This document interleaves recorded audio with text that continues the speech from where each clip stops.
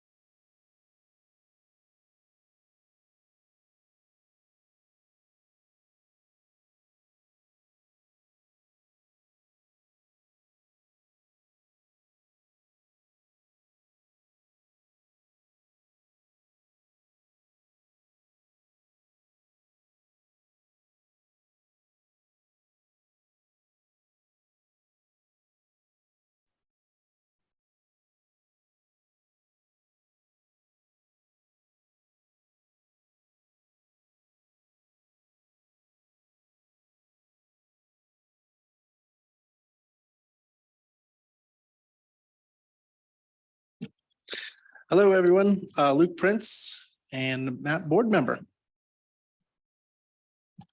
Carl Stang, board member. Bob Bodor, board member. Bill Kerner, board member. And on the internet, we don't have anybody still. Okay, we still got a quorum. Okay, let's introduce our guests. Leslie?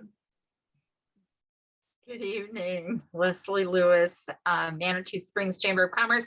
And unfortunately, we've got a volunteer meeting for all the volunteers that are going to be working the coffin races this weekend. So I'm only here for a very short time tonight. Okay. Do you have any specific issues that you'd like to talk about at some point? Early? I don't. Thank you. Okay. And we have the gentleman up there. Could you introduce yourself?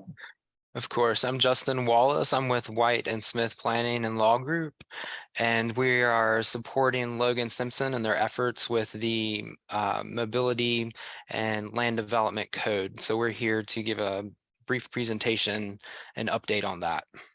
Okay, well, thank you for joining us. First item of business is approval of the agenda. Does anybody have any comments on the agenda? Hearing none, I'll entertain a motion to approve the agenda as presented. I'll make the motion to approve. Oh, and Corey Sotella has just joined us. Hey, have a seat. I'll second Bob's motion. In there. Oh, get yourself a microphone though. Yeah. Okay, did somebody make a motion? Bob? You seconded, so it's been moved and seconded. Corey, we're voting on the agenda.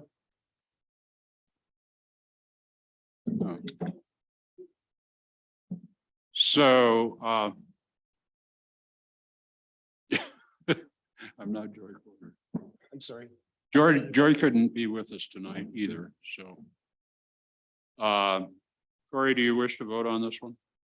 Yes, Approval of the agenda as written? ready. Okay. All in favor, please say aye. Aye. Aye. Any noes? No, no noes. So agenda is approved as presented. Next item, item 1.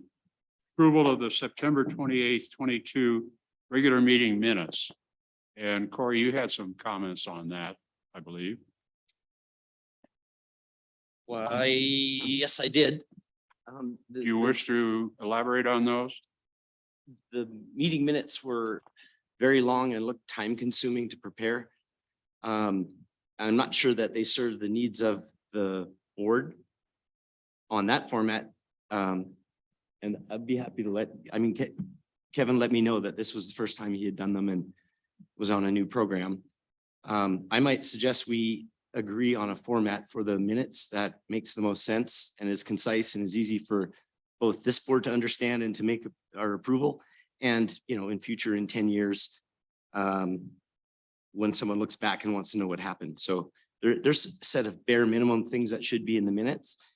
And they shouldn't go to 16 pages. That's my thought about the minutes. Yeah, no, I would agree. That's pretty long. Maybe. And I would like to compliment anyone, especially Kevin, who had to sit through and actually type out 16 pages of minutes. So Yeah, I'll second that. No kidding. Well, maybe we can restrict it to action items and specific issues that we don't need to elaborate on all the minutes, but when there's a particular issue that's gnawing at the person or at someone, we could highlight that and make it sort of by exception. Right. So I think the video or the audio is always available to the public at any time later. Yeah, There's a set of basic things. When you started, someone came late, when they were there, who formed the quorum, motion second, voting record, actions, the gist of a debate, And it's up to the secretary at that point. That's where the subjective thing, this is my experience having taken meeting minutes, but Sure. I don't want to get into too much detail. I actually would like to give Kevin a chance because I Yeah, had a discussion with him about it. so- he's the next stop. Kevin, do you have any comments on the minutes? How we do them? We can do just action minutes, so as Corey said, arrival, time to start, motion, second, vote, things like that. And then we have a week afterwards to get them done. So if there's something specific that would like to be highlighted in there, just get that back through Bill. Bill will get it to me and we can make sure we highlight that. Okay. Does that work for everybody? Okay, no comment. Well, let's try that and see how we can do with that approach, because that's going to save somebody a lot of time and us a lot of time, because reading 16 pages, I got about to page 10 and sort of gave up. So based on that, not to make more work, but would it be possible to condense? Maybe we table the approval of the last month's minutes. Try the new format with those, because I can't make it through 16 pages either. Is that a motion? I moved to, Amend the motion. I'm not ready to, You're not ready to make a motion? I don't want to make extra work for Kevin without checking with Kevin. Yeah, I would echo that. I don't want to make more extra work for Kevin either. Couldn't we start this moving forward? Yeah, in that case, I'm gonna have to abstain on the the Okay. minutes from last month. Okay, all in favor? Or do we have a motion and a second? I'd like to motion to approve the minutes as written with the understanding that moving forward, they're simpler. Right. Thank you, Luke. Is there a second? Bob seconded. All in favor, please say aye. Aye. Aye. Okay. Public comment. Well, we don't have any public, so I guess there's no comment. Yeah, and at this point, I'd like to recognize Hannah, our planning director. And you shared a little bit of your background with me at least, and you want to elaborate that on that a little bit, other than Sure. being in Arizona? Right. So for the record, Hannah Van Nimwegen, City Planning Director. I've been with the City of Manitou Springs now since early May, late April. It feels like yesterday, but also seems to have taken a long time to get here at the same time. Before working with the City of Manitou Springs, I was with the City of Colorado Springs for about 7 years. I worked in development review as well as long-range planning. Before that, I was working down in the Arizona area with the City of Chandler and City of Peoria. I also spent some time with a land use consultant, which was interesting. But tonight I'm here to talk about an ongoing project that's been in process for about 2 years. I think it's seen 2 or 3 different planning directors at this point, but we're here to bring it home. So we are in the late stages of this process. We have a solid draft out for public review. We presented this draft to the City Council at a work session just last evening. And we're planning to bring that draft forward to City Planning Commission next month. So we're here doing the roadshow, so to speak, where we take the code to all the various boards and commissions throughout the city to get their feedback on topics that are within their particular purview. So we've presented to the Parks and Recreation Advisory Board, the Open Space Advisory Board. We've talked with the URA several times, the Climate Action Work Group, the Housing Advisory Board, and now we're before you guys to talk about mobility and parking. Are we good to launch into the formal presentation on the agenda item? Question, when do you Yeah. think the planning code will go before City Council work session? Oh, yeah, absolutely. We are anticipating bringing the final draft to the City Council for first reading in early December. I believe the date is In early December December. 6th. Yes. Okay.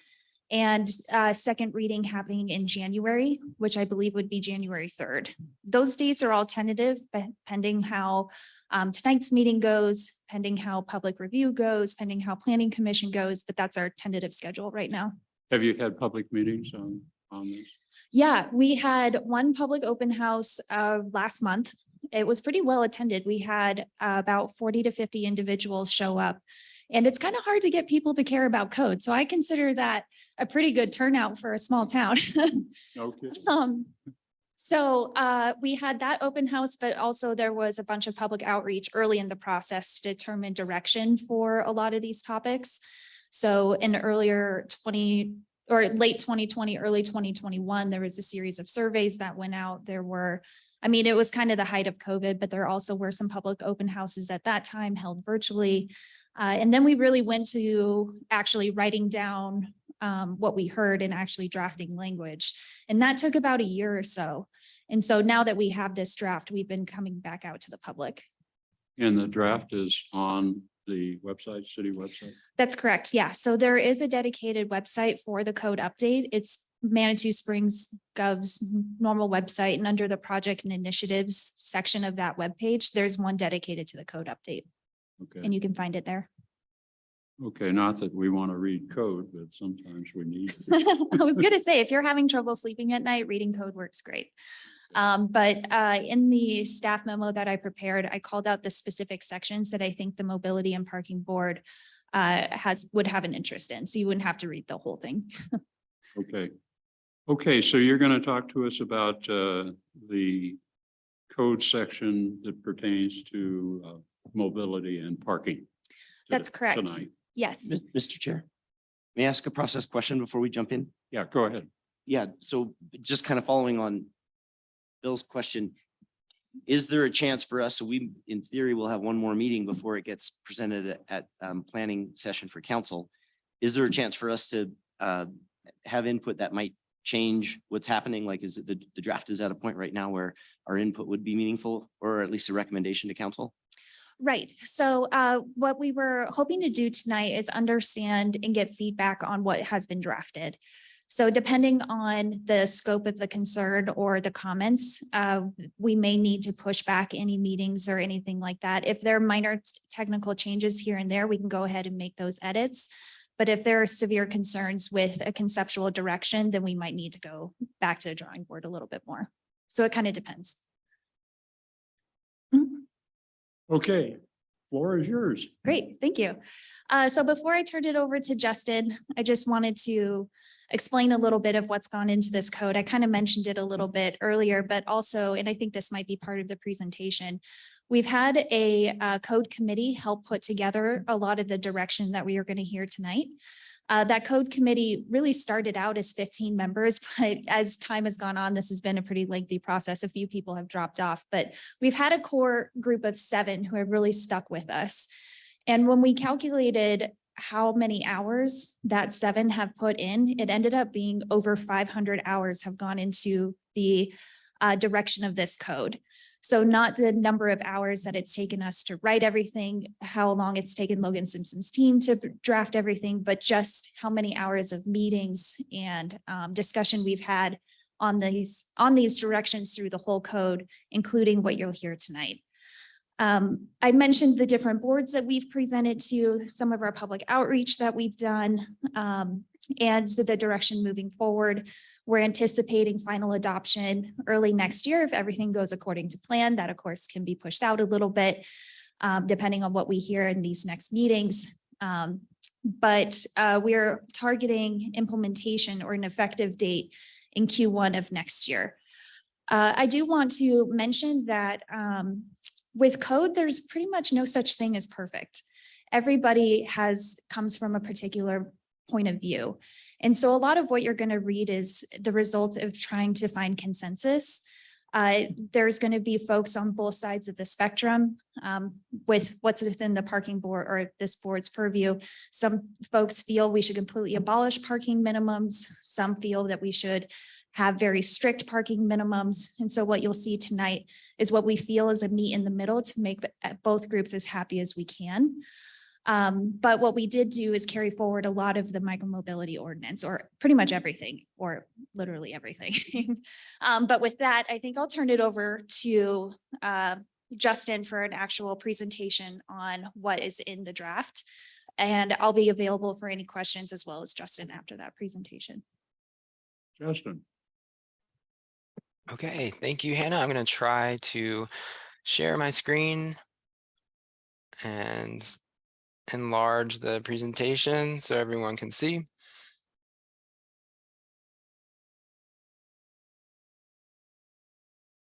That work?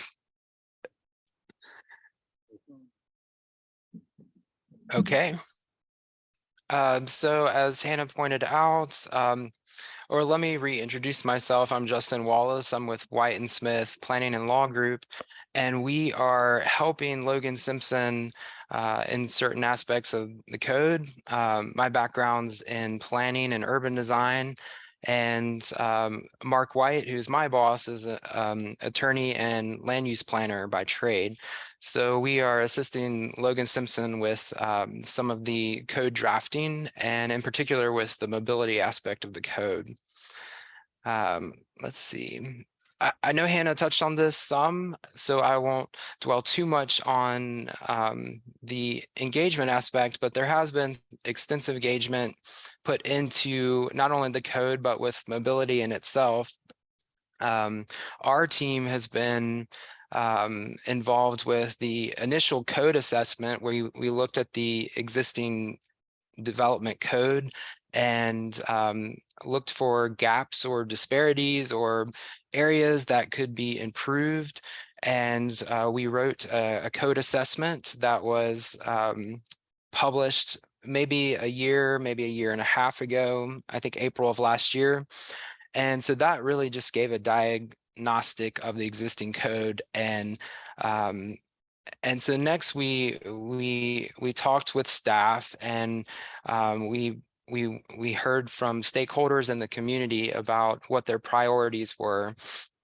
And as we developed those priorities, we met with focus groups and joint study sessions, and then worked up a framework for the new code. So put together an organized framework that kind of set a blueprint for how the code will be reorganized. Next, as Hannah mentioned, we met with the working advisory group, and they've been great to work with. And as Hannah said, it's trimmed down a little bit since then, but we've had a series of meetings refining the work with regards to mobility, and ultimately came up with a draft code. And as Hannah mentioned, it's in a public review phase now, and it's available for viewing on the website. And where we're going, hopefully, is to the adoption hearings with your input and feedback today. Hey, Justin, I don't know if you're advancing slides, but for some reason it's not coming up on our side. I don't know if the on screen is being shared. Okay.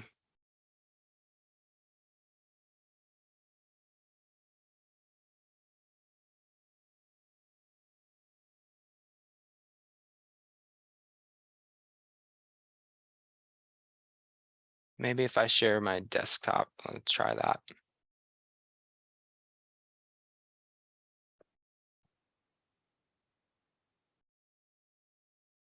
Are you able to see that, Hannah? Yeah, that's better. Thank you. Okay, thank you. Here are the names of the working group members. And as Hannah mentioned, there were many members, and I've talked with many individuals over a series of meetings, but a core group has stuck with us and really helped us refine the issues and priorities, and really go through the code with a fine-tooth comb, and just refining key issues that the community had concerns with.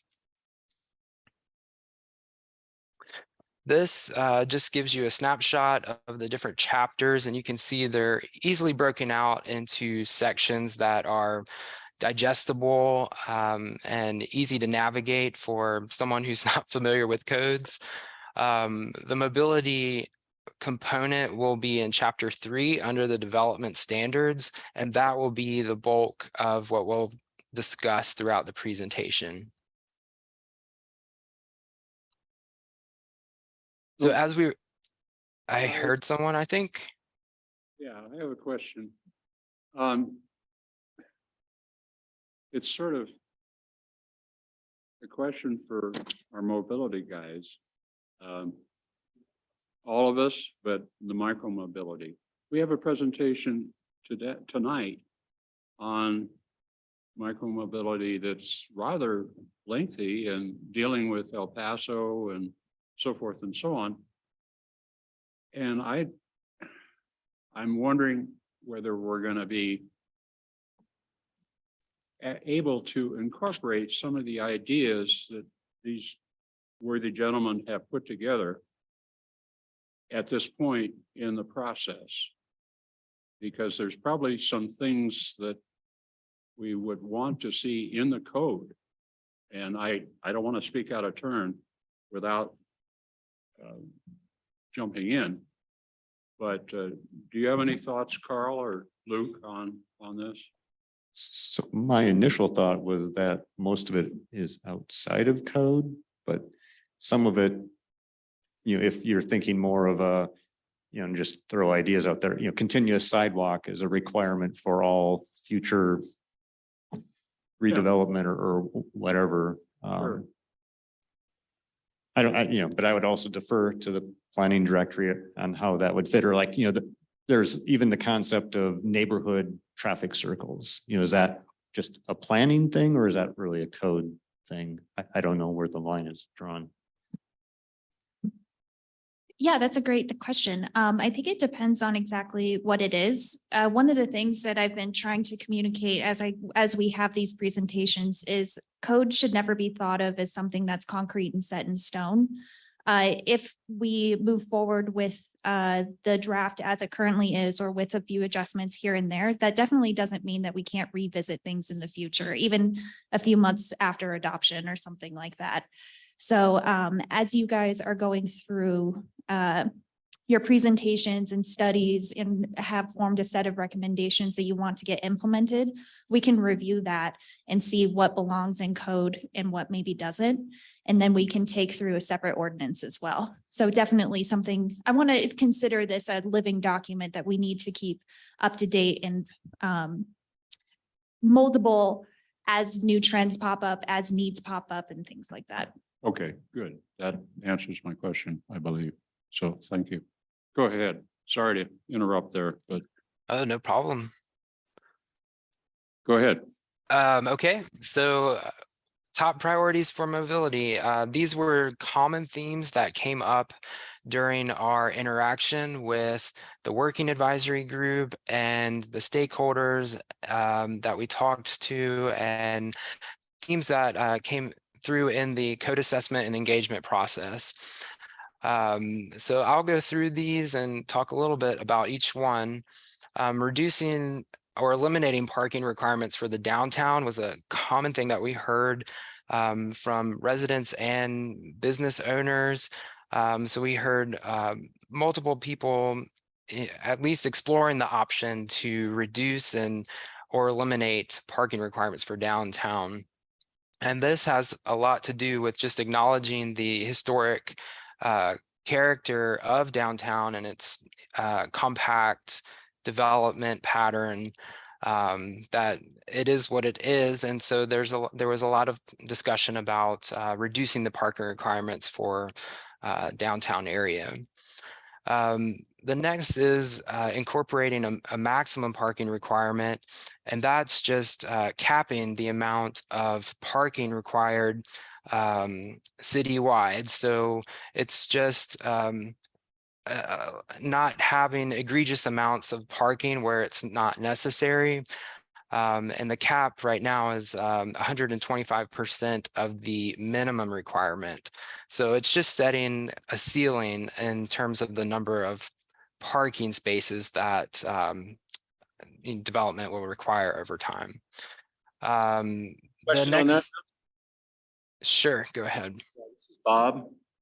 So, I mean, that seems like an easy one that people throw out. I don't suppose there were solutions that were tied to that when people bring that up. I mean, it sounds wonderful to eliminate parking requirements, but it also seems those of us that work in the space, that's to me kind of from left field from a resident that maybe isn't thinking beyond that. That makes sense? Right. In other words, where's everybody going to go in our small little town if we reduce the requirement? Right, and I will just mention that existing parking is exempt, so the configurations that are there today are exempt from the standards. This only would apply for new development, and that's not to say that parking will not be there. It's just letting the market dictate. So if a development comes in and they want parking, they absolutely could still have it. They're just not required to have a minimum in the downtown area. And when you say development, what does that mean? I mean, I have in my mind what it means, but I'm trying to picture a development in Manitou Springs. Right, so it would be a new building or a redevelopment of an existing structure. So it's for new development only that this would apply to. So how do you handle redevelopment of an existing structure? For instance, somebody wants to turn one of our 3-story buildings into a residential, full residential. What do we do? How do you Well- handle it? Right, I can tackle that question, Justin. Thanks. So if they were to propose a redevelopment, it would have to go through a major development plan process that has to go through public outreach. It would be heard by the City Planning Commission as well as by the City Council. So there would be multiple steps that would involve public comment and input early in the process. One of the things that you'll see as a major change in this code, this isn't necessarily within the map board purview, but the change in the application procedures where we are really adding more requirements for public notice at the front end of a project. Currently, there's really only a requirement to do public notice when it's ready to go to a hearing, which is too late for public input to be really effective. So we're adding a required step at the front end. So it would have a significant review period with staff where we make sure it's compliant with code and then go through a public hearing process of Planning Commission and City Council. I guess my question really went to the need for more parking.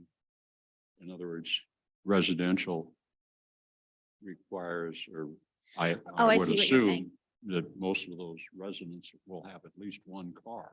Right. And So, what do we do with them? right. I think that will be in Justin's presentation since these were Okay. just the priorities that were identified. But the specifics of what ended up actually being in the code is that in the downtown zone district, commercial land uses are exempt from the parking requirements. However, there's still a requirement, and Justin, correct me if I'm wrong, there's still a requirement to provide parking for residential and lodging land uses. Okay. But is development, again, maybe I'm naive and maybe there's lots of projects that are out there right now, but I'm still not grasping.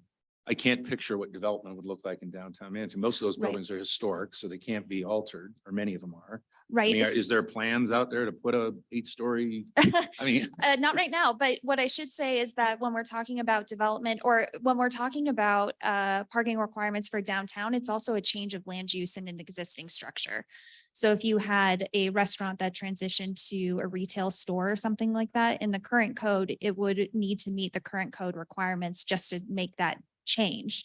And so that's a little excessive for a historic downtown because we don't want to be tearing down buildings just because a land use turned over. So while it includes new construction, it includes redevelopment of an existing structure. It also includes a change of land use as well. Well, just an example is, I think it's the Wheeler Building or it's a Barsati Building, depending on those names probably aren't. I'm you're still not learning all familiar the with it. historic names. But- Yeah. That particular building used to be a hotel. Mhm. And it was called the Pittsburgh, I think, at one point. And of course, that was probably in the 20s and 30s and not everybody had cars. And so the question comes up, what do we do with them? Do they go and get a parking permit in Wichita? Maybe that's a solution, but I can see something like that happening downstream at some point. Mhm. So it's a question, I don't have an answer, but how is the code going to handle that? transitions to residential land uses. Yeah. So if we're talking about the downtown zone specifically, I believe in Justin, am I remembering correctly that residential land uses in downtown would still need to provide parking? I have that. If I can exit, I can bring it up now. If we want to look at that, I have the standards. Let's continue with the presentation and we'll look at that section. I'll come back to that question. Okay. Yeah, and just I do have the actual code language available. If we have technical questions, I have that available if we want to. But I have it written down so we can come back to this question. And again, these top priorities were just what we heard from the community. So these are the common themes that that we heard over and over again that the code should address in some way or capacity. So I just want to be clear that these are just listing out the top priorities, and we'll get into more components of the code in the presentation. So simplifying the parking table. If you're not familiar with the parking table, it lays out minimum parking requirements, and it assigns a number of parking spaces per land use. And the previous code had over 80 some line items, and we've pared that down so that it's just easier to read and streamlined and just easy to navigate for developers and for property owners. That's one thing that we've tackled, but that's something that we heard from the community was just simplifying the process and the chart.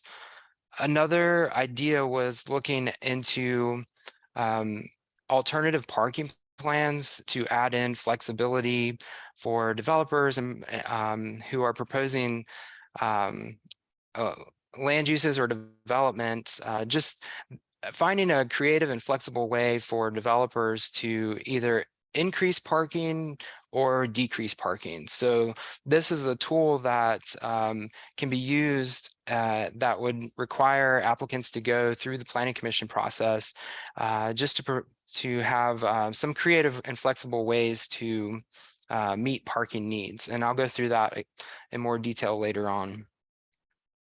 Parking lot landscaping standards, how improving the aesthetic as you're walking and traveling down Manitou Springs of parking, just making the curb appeal better and improved was another common theme that we heard. And finally, looking at ways to introduce bike parking and those micromobility needs within the setbacks, or just accessing, making them more accessible in front of the buildings so that you're not relying too heavily on vehicular use. So just providing those options. So here I'll just go through and do a comparison of this existing code and give a glimpse of how the code addresses new changes. So the existing code, there weren't too many landscape standards in place, but there was a requirement for a landscape plan, and an applicant would have to have a certain minimum number of trees. Those trees would have to be spaced adequately, and they would need to provide a minimum mix of plant material. So the proposed code amends this section by adding preservation standards for trees and vegetation. It allows some flexibility for developers to either preserve trees on the site, or they could donate trees to parks and work with Parks and Rec to donate to parklands, or they could pay in lieu or donate money to a fund that would offset the tree displacement. So that's a code change that we added in. Those parking lot standards. So how parking perimeters look, especially along the sidewalk, we have some standards that address that. and specific areas along the streetscape for commercial and mixed use buildings, what buildings look like around the perimeter, the edge of the buildings, around the perimeter of surface parking lots, and around the perimeter of the site. So there's just some minimum landscaping standards to address perimeter landscaping for new development and commercial mixed use areas. Another provisions that were added were buffering standards. So when you think of dislike uses or dissimilar uses, there's standards now that have visual landscaping, visual screening and buffering between those two uses. Question Yes, sir. on the trees. I guess I'm a tree person. But I would hate to see commercial development abandon trees in front of their building. One of the attributes of our community is our trees. And to just relieve them of a responsibility to plant a tree that, you know, of particular variety, so to speak, that's manageable by the city or the owner. I find that it's not a requirement that I would like to see go away, put it that way. Right. How do we? Pardon? Go ahead. So are you talking about in particular in the front of the building or on the site in general? Front of the building particularly, and where it adjoins the adjacent to the creek, and we have a fair number of people buildings or potential buildings in the URA area that is on the creek, and well, just the creek in general. Right. And I think the idea that's baked into the code is that the first provision is preserving existing vegetation.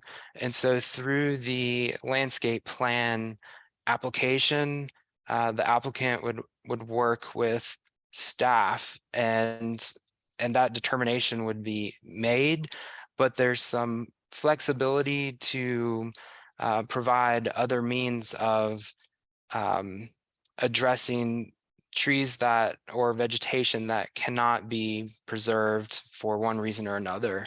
So I won't say that it prevents you know, felling of trees completely, but there's some flexibility in place that allows them some additional options when that's not a possibility.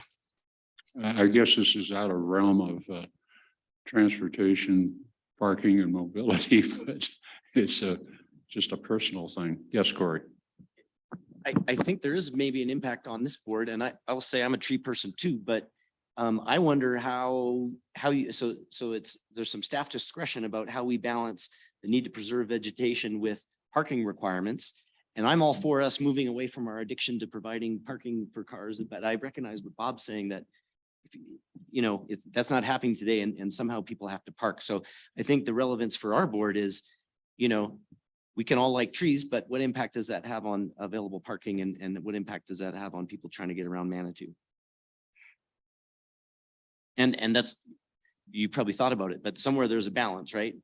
How do you balance out the tree needs with the parking needs? That's Right. right. That's a great point. So that's part of the consensus building that I was mentioning. There's multiple points of view and multiple priorities that are happening. What we have drafted in our landscape standards is way more stringent and strict than what this code currently has. So if a tree does need to be taken down, if it's determined not to be a heritage tree or is some type of natural feature, otherwise not vegetation, the requirements to replace that vegetation is much or the quantity that is required would be much more than what the code currently requires in the draft. So right now, there's no requirement for parking lot landscaping. There's no requirement for street trees. There's no requirement for on-site landscaping other than a few things. And this actually provides that requirement to counteract some of the climate effects that parking lots tend to generate, as well as balancing those heritage trees that might exist on a particular property. So we think we found that happy medium with preservation of significant vegetation, but then also understanding the needs for folks to park places. So we think we found that consensus or found that middle ground with what's drafted. Well, I think we did engage in this regarding Hiawatha, and I know I certainly spoke up when I forgot how many meetings ago. You know, there was a big push to, we need to have a ton of trees in Hiawatha, which I think is silly. I mean, and I think it's more of a hazard than anything, and we need parking spaces. And so, I mean, I don't want to go off tangent, but we've had conversations with parking as related to whatever the future is for Hiawatha. And then my only, I got to circle back to what I started with. Is most of this geared toward West Side development? I mean, are we pretty much talking from Tubby's down to the Turnabout with all of this development and things of that nature? Because I'm still having a hard time grasping what we're talking about in downtown. I get it on the west side because there's tons of development opportunities there potentially. On the east side, the URA area? Or the west The side? west side from So- Tubby's turnaround all the way down, you know what I mean, Right. to the. So the concept of what is downtown? Downtown has a perimeter defined in the present code, does it not? So all the standards that we're talking about tonight would apply citywide, however, with an exception to the downtown zone district minus lodging and residential land uses. So the downtown zone district is a defined boundary. And I would have to look at exactly what those boundaries are. So when we're talking about just the downtown exemption, we're just talking about the downtown zone district, not development citywide. So there are minimum standards, as Justin will get to, there are minimum standards for outside of downtown. So I'm sorry, I don't know the map. So do you know do you know what I'm talking about? The area? Yeah. Is that downtown? Well, I guess I'd have to look at the map. but Right. I think it's from Tubby's to Pawnee or even further to El Paso. I forgive me for, At least it's just, that's what I I don't call see any downtown. future development in downtown Manitou Springs significant other than on the west side with all of that land, with that hotel or whatever that is. Oh, yeah. I'm not grasping. Just, That's maybe I not can downtown. see what you're getting at. And so the downtown part that they're talking about, so they're abolishing some minimum requirements for development in downtown, which probably isn't going to be a bunch of new buildings. It might be change of use or modifications to some buildings. That's the only thing where they're abolishing the minimum parking requirements. And then the rest of the stuff they're talking about, including landscaping and all that, applies citywide. And the whole rest of this is talking about citywide. So the only part that's downtown is the abolishment of the minimum parking requirements. Right. Okay, I mean, am I the only one that thinks talking about development in downtown Manitou is sort of, Well, Kind of a waste of time. I If mean, you, if you want to change a restaurant into a hotel or vice versa, right? that the code applies. Or if you want to change it, importantly, if you want to change it to a residential or a hotel, the code applies. And so. I'm just trying to think what are the loop's going to turn into a resident. I'm just trying to figure this out. Barker House, I get maybe that is something that could, but anyway, that's historic. It couldn't be touched. Anyway, I'll shut up. No, I think those are good questions though. And it sounds like you all are sensitive to that. And I'm thinking we've had quite a discussion over the years I've been on this board about, well, what do we do about second and third floor residents? And where should they park? And we've gone around the mulberry bush several times. And we said, well, just let them park overnight just down on the street. Well, what happens if it snows? Snowplow's got to get in and got to get to those parking spots. So we haven't really solved that problem. And we do have second and third story residents right now. And how are we handling that, Kevin? In the present situation? What do we do with the second and third floor residents? Currently, it is a lot permit, whether it's the anytime permit or a PM permit, because there is an ordinance in place for no overnight parking on Manitou Avenue from 3 AM to 6 AM. No parking during those hours. Is that what you're saying? Yes, Okay, well, that's what I thought. So it's been an ongoing issue, and I think the code maybe can help us to straighten this out, so to speak. Is that what you see as an intention of where you're going? Right, so when we talk about development downtown, think of the word development as kind of semantics. Right. So this is what we're referring to is any new construction, redevelopment of an existing building, as well as changes in land use. So as I mentioned, a retail store could easily change into a restaurant, vice versa, though that happens relatively frequently downtown. And right now the code would then say, well, you're changing your land use and you're changing a legal nonconformity. So that means you have to meet the current code. And the only way to meet the current code would be to take down another building to provide a parking lot. So what we want to avoid that from happening. And so that's where the idea of abolishing the minimums for commercial land uses came from. In regards to residential downtown, somebody may choose to build an apartment above a historic building, or maybe there's an office space that they'll convert into apartments or something like that. Those would still need to meet the minimum requirement. So they would have to find an off-street, so a private parking, they would have to develop that parking space. What's existing, we can't necessarily change unless they're making a change. So we couldn't solve an existing problem unless they were trying to build something new, do a major interior remodel or something like that, that then we could apply a parking requirement for an existing apartment. Well, I'm thinking of the situation that we have right now that Kevin just mentioned. And you're saying that we can't put that in the code. It would be addressed in the current. It's a current situation. Yes. Right. Yeah. So the existing code or the new code, we couldn't necessarily go in and say, hey, you've been existing legally for so long. Well, now it's a problem. So it would have to be something that they were hoping to change that we could then implement the new code. Okay. Yeah, I guess that's what I'm struggling with. Just Because, the basic idea of being grandfathered in. yeah, If you've already been there, no problems, but if you want to do something new. well, that's a good point. And if we continue doing what we're doing, we're okay. And we don't need code to do it. We just say, this is the requirement. Is that gonna fly? What If- we're doing right now. What's happening right now would for residential land uses and lodging land uses only. Well, this is in a business building. And it's residents typically on the second and third floor. Right. So they would have been, I can't really speak to what's happened in the past being so new, but they should have been required to provide a parking space. And I don't know what may or may not have happened, but with the new code, they would be required to.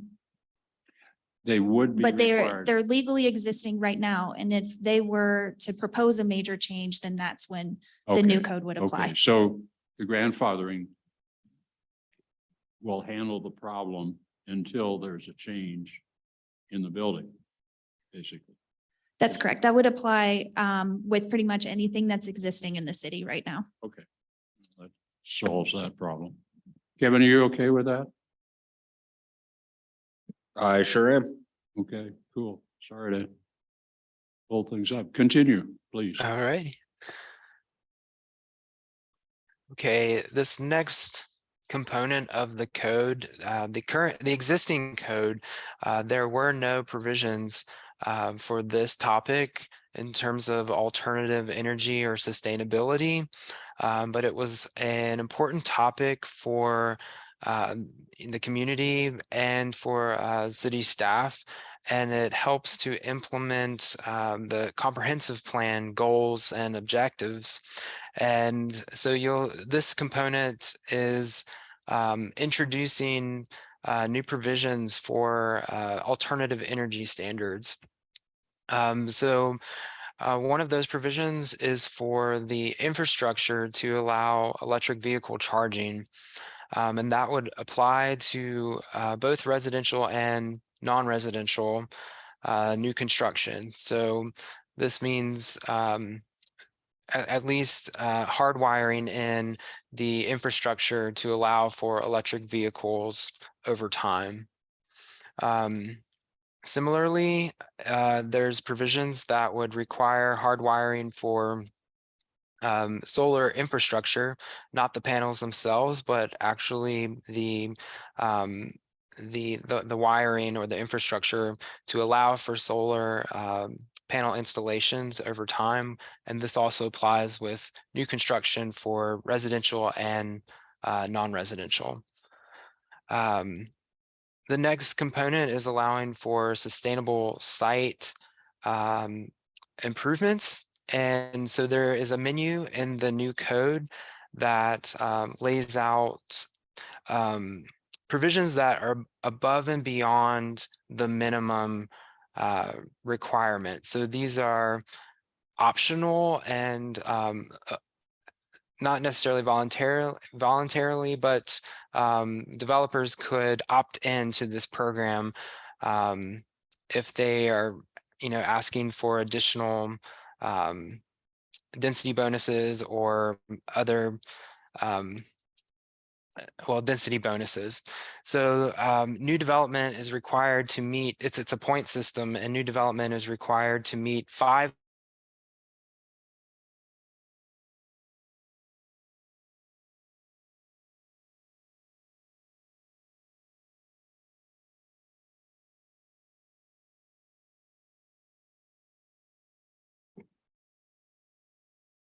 Okay, well, I hope we didn't lose Justin. Justin, can you hear us?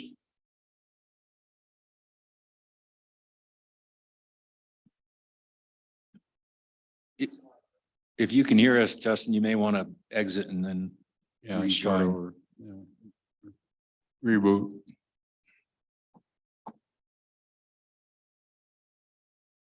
Do you have his phone number? Yeah.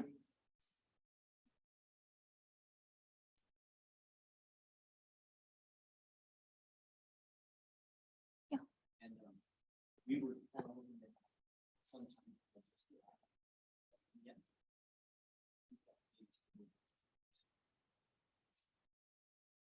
Feedback.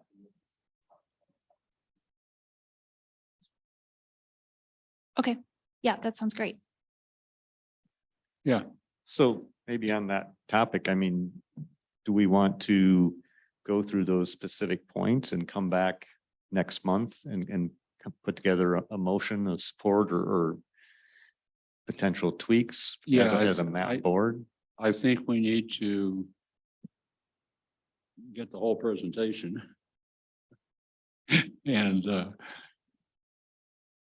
And be able to, is it possible to get his presentation? Can we send it out to everybody? Yeah, I can absolutely send out the slides. I was just double checking to see if I had a copy of the presentation, and then I could take it from here Yeah, just in case. okay. So let me look.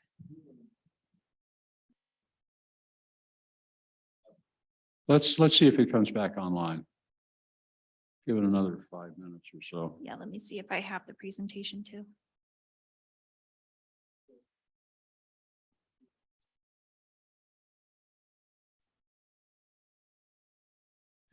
Well, we're talking in terms right now about November and December combined meeting, one meeting. Typically, that's what we've done in the past. And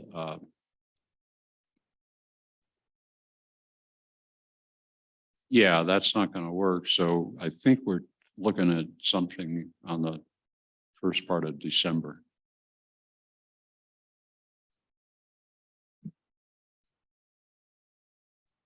Right, right.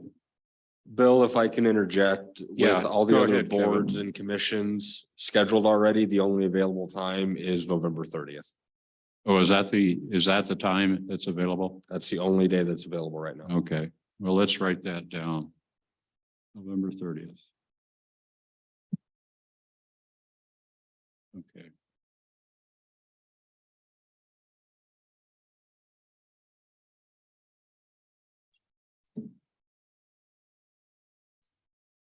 Yeah, you're right. Yeah, well, we need to do one now. We've got some urgent things in terms of staying with the code schedule.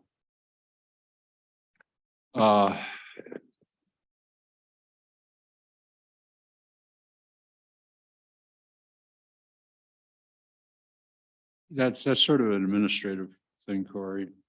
If the 30th works for the board as a whole, it'll be back end. I'll make the changes. You guys will get all the information when that's complete. All right.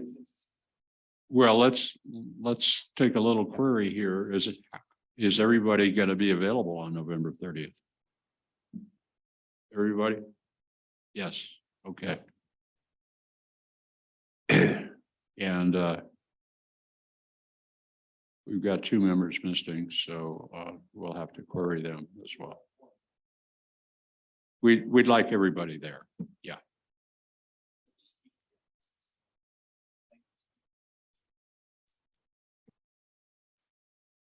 That's going to be the day of the next meeting. Well, Kevin's already told us that there are constraints, and what is it? Just the room availability? Kevin, or what? That and Denise is trying to keep it to where there's not multiple boards happening on the same night. That way where there's no conflicts with the public. Okay, fine. Okay, how do you want to proceed, Anna? I just checked through my emails. I do not have a copy of this particular presentation. What I can do is go through the staff report and what the draft code says on those particular sections that I identified. We can definitely do that.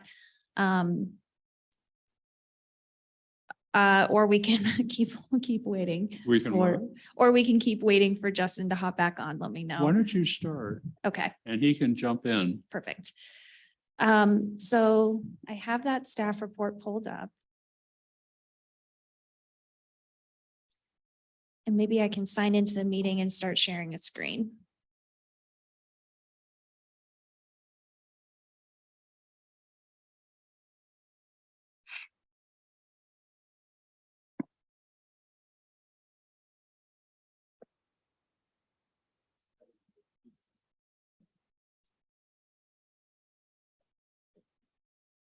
Right. That's the intent. Kevin, could you promote me to be a panelist and then I can share my screen?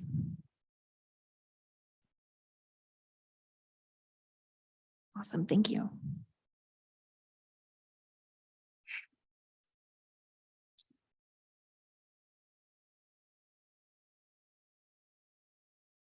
After 2 years of Zoom, it looks like we still get technical difficulties, but we will work through it. Okay, so this is the staff report that I shared with the committee, with this board, I mean. I called out in order the specific sections that I felt were within this board's particular purview. The electric vehicle charging infrastructure, the minimum parking requirements, the maximum that Justin had mentioned, the adjustments to potential parking requirements, shared parking, bike parking requirements, the design of streets generally, as well as our table of allowed land uses, infrastructure uses, and the infrastructure uses, transportation and parking section of that use table. So I'll just go ahead and jump directly to this section. And we will just start going through it.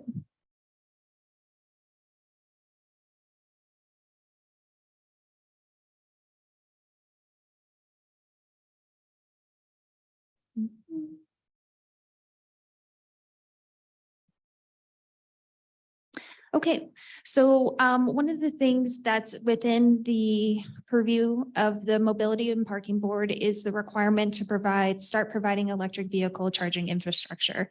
So we are proposing that all new development, that being new construction and redevelopment specifically outside of the downtown area, is required to provide this infrastructure, not necessarily putting in the actual charging station, but making sure that electric lines are actually installed and everything is prepared for a future business to put in a charger, essentially. The next section that I had called out was the parking requirements specifically.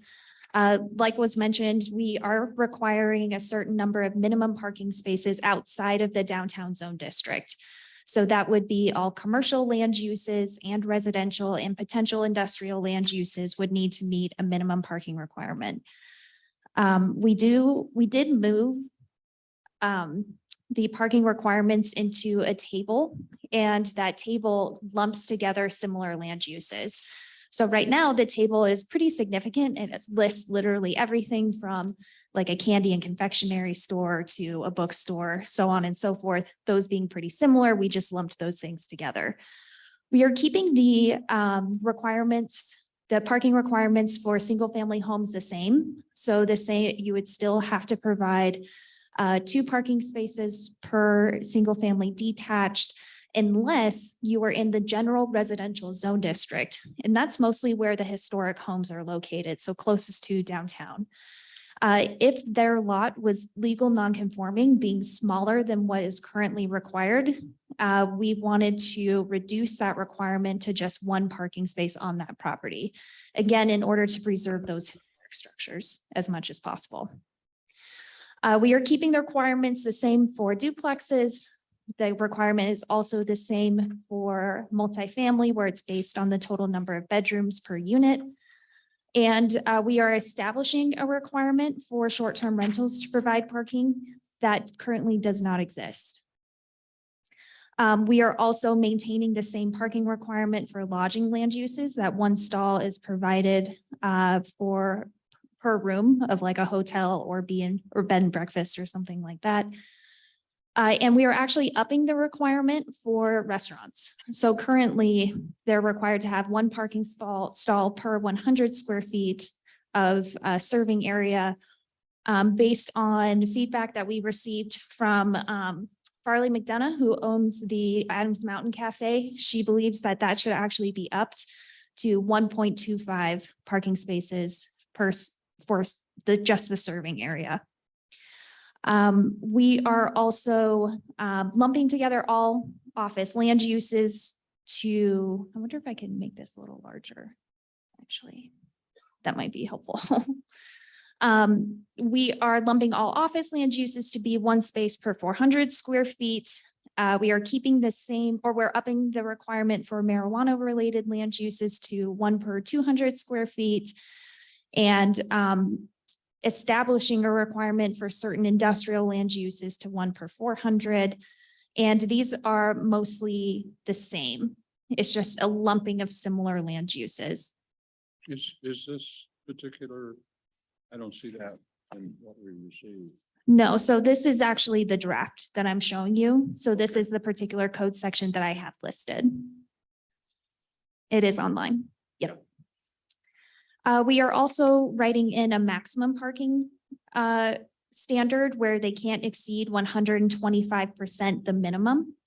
So if the minimum says that you have to have, we'll just say 100 parking spaces to make it the math easy, they could not go above 125 parking spaces. And if they were in between that 100% of the requirement and 125% the requirement, they would be required to meet these standards that would help counteract, again, those typical things that tend to be triggered by large masses of asphalt. So they could have that concrete or pavement be pervious. They could provide a canopy that provides solar power. They could also structure the parking or provide some of those stalls underground. And that's only applicable if you're exceeding the minimum. Let me see if Justin is back on too. Yes, I'm here. Oh, perfect. Okay, so I'll go ahead and stop sharing and we'll let Justin continue the presentation. Welcome back. Yes, I apologize. I think I lost a Wi-Fi connection here. So my apologies for that. But I think, Hannah, you had you had the right idea bringing up the Conveo. I have one more, let's see, slide. I believe I was talking about alternative energy standards. And so we were, the menu allows, I don't know if Hannah pointed this out, but we can certainly bring it up with the code language as well. There's a menu in place that allows for developers to meet sustainable site improvements that meet the goals and objectives of the comprehensive plan. So there's a full set of menu items. I think it's 15 or 20 items that developers have the option to pursue. And all they need to do is meet these 5 points. And so it's fairly easy. And some of those available options are, providing native plant material or adding additional landscape and trees, pervious pavers. And so those are just a few items that are listed on the screen here. And here's the the core of the parking standards. So again, the existing code did not have much in place in terms of parking. It required a parking plan. There were parking space standards and a minimum number of off-street parking spaces. So the new code amendment simplifies the parking requirements, as Hannah was showing you. The table is now reduced and streamlined to provide those minimum number of parking spaces by land use, and it's a simplified version of the table now. So it's much easier to read and just easier to navigate overall. And it just modernizes the table and it moves away from sort of an outdated model. We've talked a little bit about removing the minimum off-street parking requirement for downtown. Again, you still have ADA accessibility requirements in place, and existing configurations of parking still apply. And again, this only is required for new development if that were to happen in the downtown area. So added maximum parking, there's a cap in place, 125% above the minimum requirement. If you do exceed that 125%, it needs to be either in a structured facility or underground or through pervious pavers. So you can still go over that maximum, but there are some provisions in place that you have to meet if you do decide to do that. So the alternative parking plan, I'll bring that up too, that we can go through the code, but it's a flexible tool that allows developers to either increase or decrease their parking requirements. This is an application process that goes through the Planning Commission, and there's a menu of items that developers could choose to offer that again meet the goals and objectives of the comp plan in exchange for an increase in parking if they so need it. Another program introduced is the shared parking, and while this isn't a frequently used tool, it's a great tool if the right conditions are in place to allow for property owners or two property owners to share parking facilities if the uses are compatible or the hours of operations are compatible with each other. So again, this would require an application that goes through planning, and it's a three-party agreement. and it involves the city attorney as well. And so this is a great tool to have, even though it's not frequently or commonly used, but it is used occasionally. So we've introduced those provisions as well. Last but not least is introducing bicycle parking requirements. And I've added in what those requirements are here for bicycle parking. So for residential or multi-household developments, they're required 2 spaces for 4 dwelling units. For office uses, 2 publicly accessible spaces per establishment, or 1 space per 15,000 square feet, whichever is greater. For restaurants, 4 publicly accessible spaces, retail, 2 publicly accessible spaces, and for education type uses, 1 space per classroom. So these are minimum bicycle requirements that are now a part of the code. And the next table is what Hannah also brought up earlier. It shows the streamlined table and updated numbers for the minimum parking requirements here. So that, Question? yes, sir. What about scooters? For example, Scooters would fall under the micro mobility standards. Okay. Separate category then, okay. So yeah, here would only apply to bicycle parking.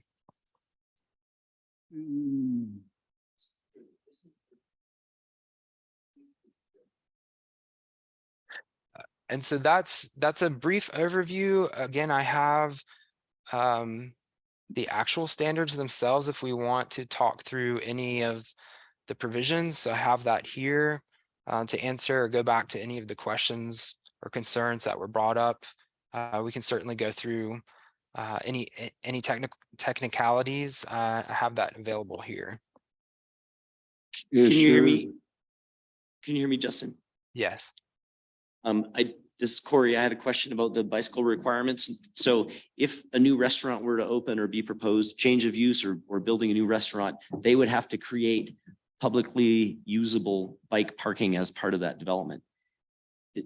It's not just that there has to be somewhere on the street already. If they're opening a new restaurant, they have to add it. Is that right? Well, okay, so this would apply to all commercial and mixed use zone districts. So you're saying with a change of use and it goes to a restaurant, would they be required? It says 4 publicly available spaces per establishment. So they would be creating 4 new bicycle parking spaces. That's right. And they could do that either in the, let's see, are you asking where that would happen or if they're required to do it? I'm just confirming, I guess, that this is construction of new bicycle parking facilities. It's not just that, hey, we're downtown and there already is one near my restaurant, so I'm not going to build a new one. This is a requirement to create additional new bike parking. That's right. Yes. Okay. Thanks for that. And I had a technical question. Maybe this comes up later. We discussed the concept about the setbacks and how today they're restrictive, and we were hoping for some changes in the setbacks on bike parking. Justin, I can address that one. So I was brought into that conversation relatively recently, and I believe that the micromobility ordinance was being interpreted incorrectly. So we now would allow a bike share hub or bike parking spaces, bike racks, whatever that is, within what is considered a building setback. That's the intent, is that it's for actual structures. So with the proposed adjustments to the micromobility ordinance, the very few that we did, there is a cleanup of that section to make it really clear that setbacks really only apply to the actual structure, not to a bike rack. And definitely do not apply to a right of way, which I understood was also brought up at one point.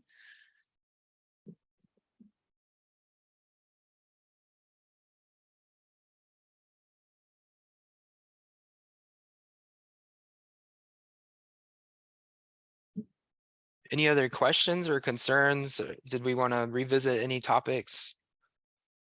Well, not specifically, but I do have sort of a concern. And that is there's so much flexibility. And it's going to be negotiated with the change in use and so forth and so on. What do we have as a city to be able to stand on our platform and assert and require some basic standards for a lot of this stuff? And how are we going to handle that from a planning standpoint? Right. So that would be handled through the development review process. That would be the mechanism. So we would be triggering either a minor or major development plan with any commercial change of use, any new construction or redevelopment. At that point, we would be reviewing to make sure that it met the minimum requirements for parking if we're talking about outside of downtown. If they were proposing an alternative parking plan, we would need to make sure that it met the standards that are applicable to those plans, and that would be part of the overall review package. We have authority to approve or deny any request. So as long as we could tie that to review criteria. If an alternative parking plan did not make sense and was put more onus on or caused a significant issue or concern, we have the ability to deny that request. If it makes sense, the intent is that this is a common sense tool where, you're a bank proposed next to a religious institution and your primary operating hours are opposite, then that's where an alternative parking plan would really come into play.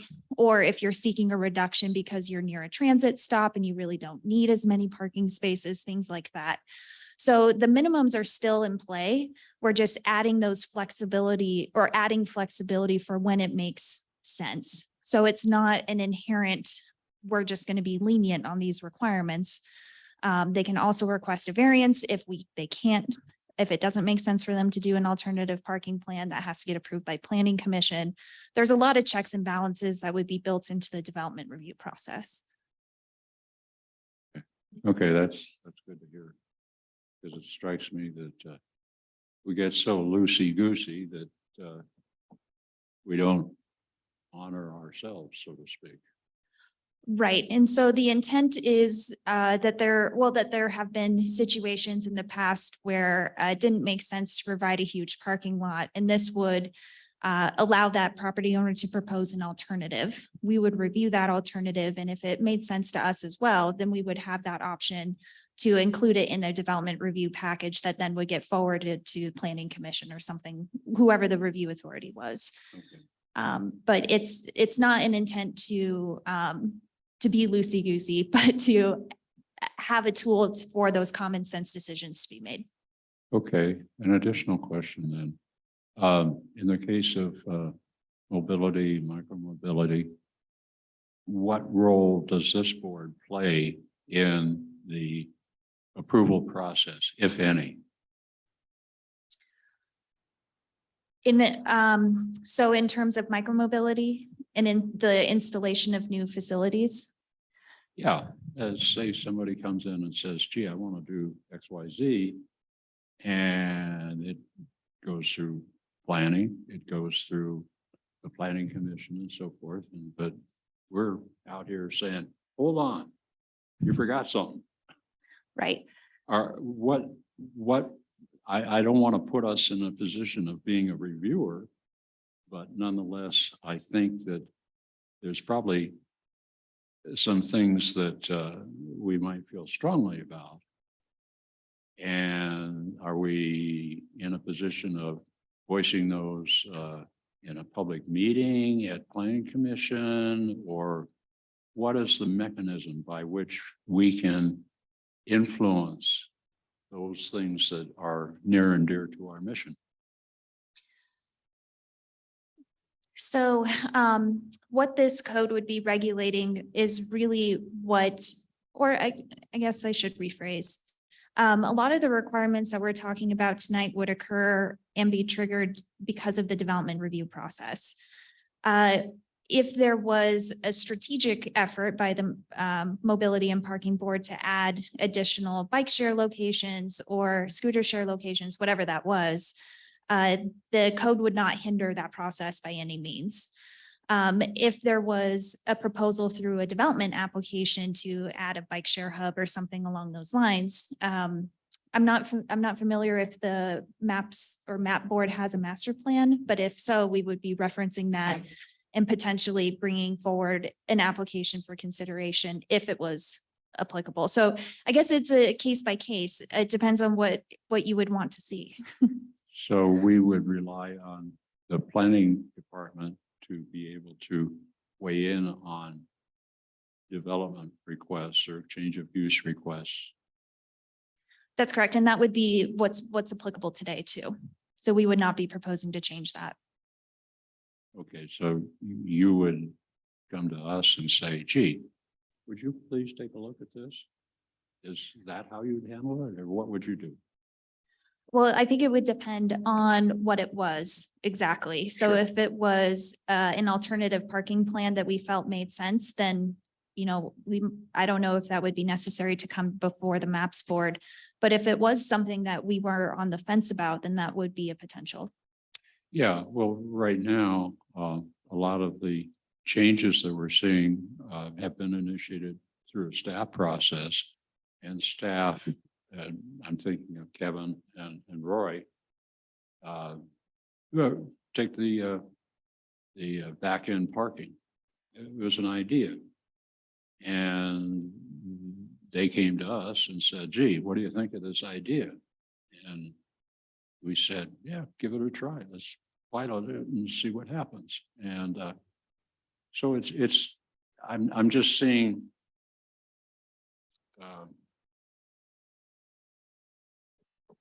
some disconnects possibly happening through a process that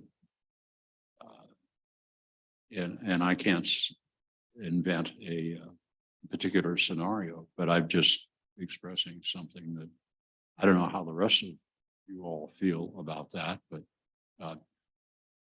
it's something that I think we need to have a clear path, so to speak, to be able to weigh in when you feel that their planning department or the city staff or somebody says, hey, take a look at this for us and see what you think.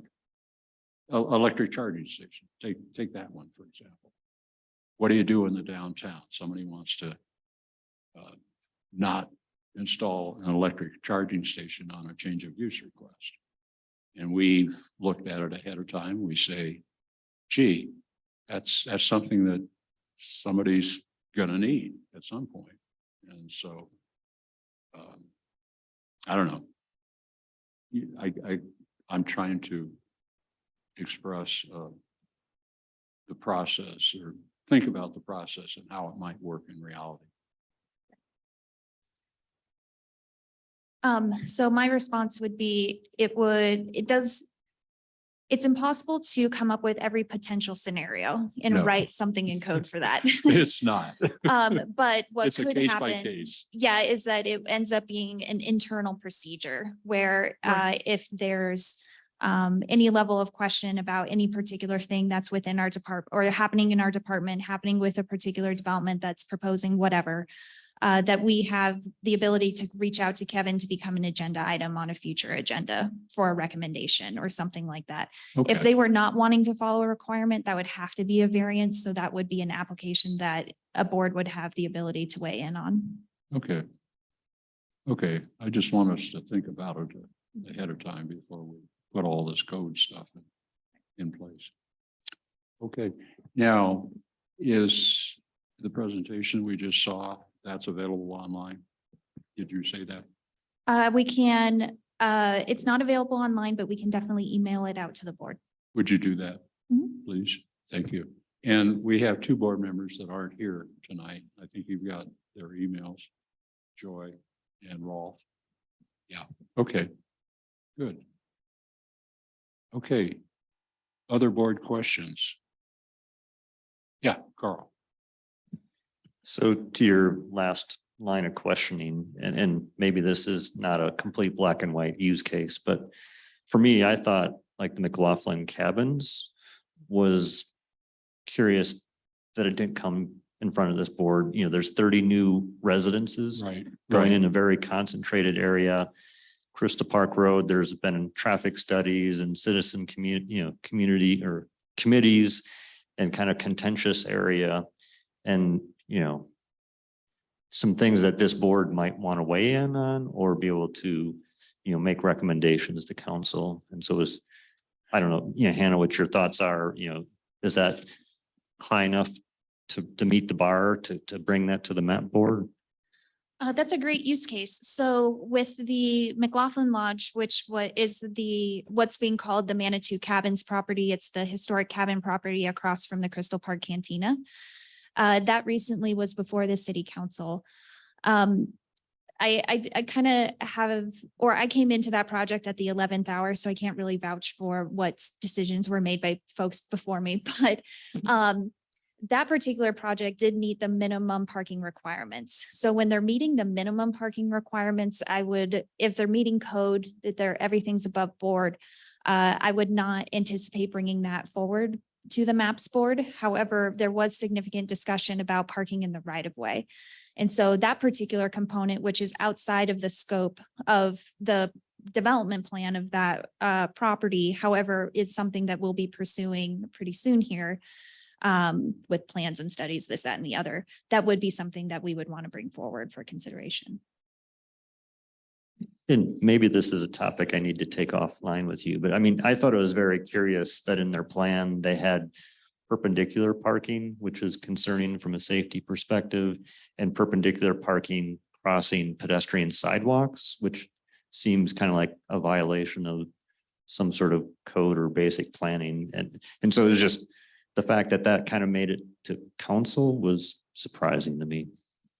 Right. So the current code does technically allow for that. It's like any driveway, essentially. But the configuration for parking spaces on Crystal Park right of way would be something that we would want to bring forward. Yeah. That's a good example, Carl. Okay, other questions for planning? Yeah, Carl. I'm not sure if this is the right time, but so I noticed like one of the points that's referenced 180395, design of streets generally. Do you know, is this a major change, and is this something that we might be able to weigh in on if we're like, hey, there's a street design you didn't consider? This is a listing of a bunch of different possible street configurations. Yeah, this is a good time to have input on this, or is that in scope of what we're doing right now? Yeah, this would be a great time to have input on that particular section. Manitou streets are definitely unique, where every street's a little bit different. So again, we can't come up with 5 street cross sections that would fit all streets in town. However, when a street were to be repaved or reconstructed or something like that, we would want to hit those targeted designs. And so if there's a cross section that maybe we haven't considered, or if we need to consider a different design on one of those potential cross sections, that this would be a great time to give input on that. And I'm sorry, I'm not familiar with the old code. Like, where did all these come from? Are these all new? These street cross sections? I believe that, and maybe Justin can weigh in, but I believe that some of Sure. them are existing. Well, these are carried forward from the comprehensive plan. So in some aspects, they're not new, so they were carried forward. But when they're in code and they become, I guess, legal word, there might have been some tweaks to the actual language, because now it's actual code. So, but the images and the majority of the language was carried forward from the comprehensive plan. Thank you. Thank you. I haven't looked at the street cross sections, but I'm thinking of the at least the streets on the south side, a lot of them are dirt. They're narrow. Single lane streets. Are you taking those into account? I would have to relook at all the different cross sections. There's like 15 different options. Okay. But I'll have to double check and get back to you on that one. But yeah, Okay. these are targeted cross sections. So if those roads ever were to become paved, this is what we would be targeting. Take a look at Midland. Beyond west of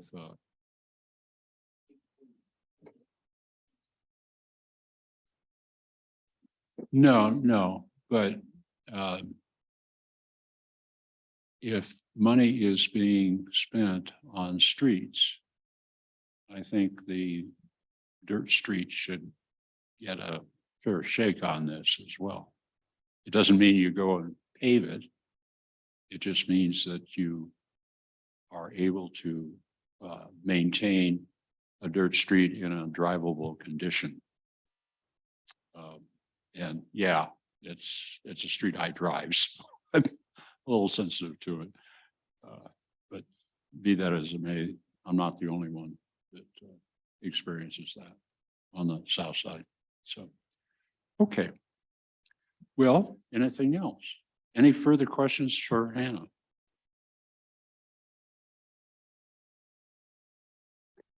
Hearing none.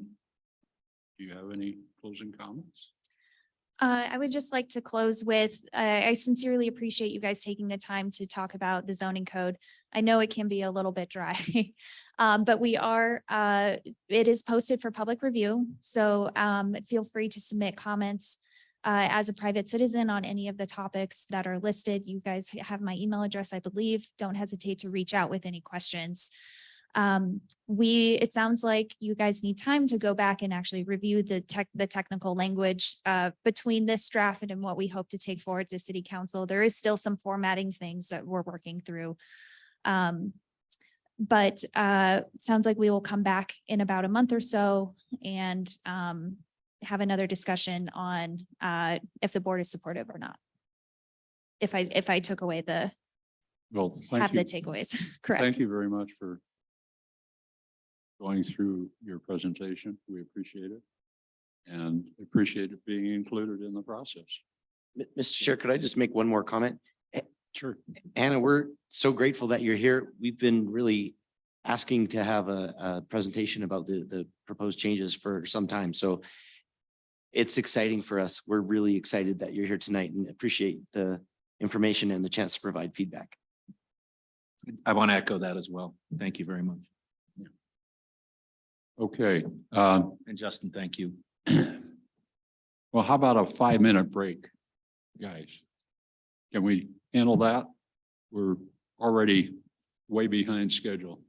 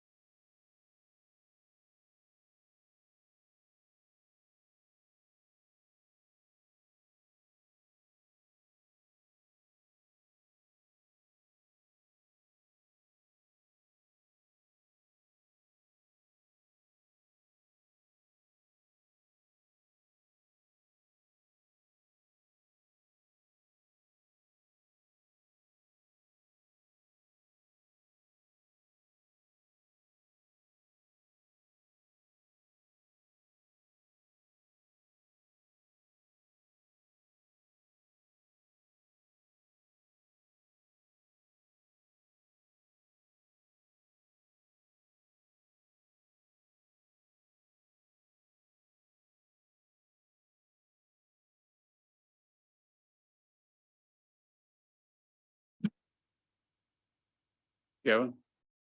We are ready. Okay. Let's move on to item number 3, board PowerPoint for city council. This is Kevin and me. You want to bring that up, Kevin? Yes, let me find it real quick. Okay.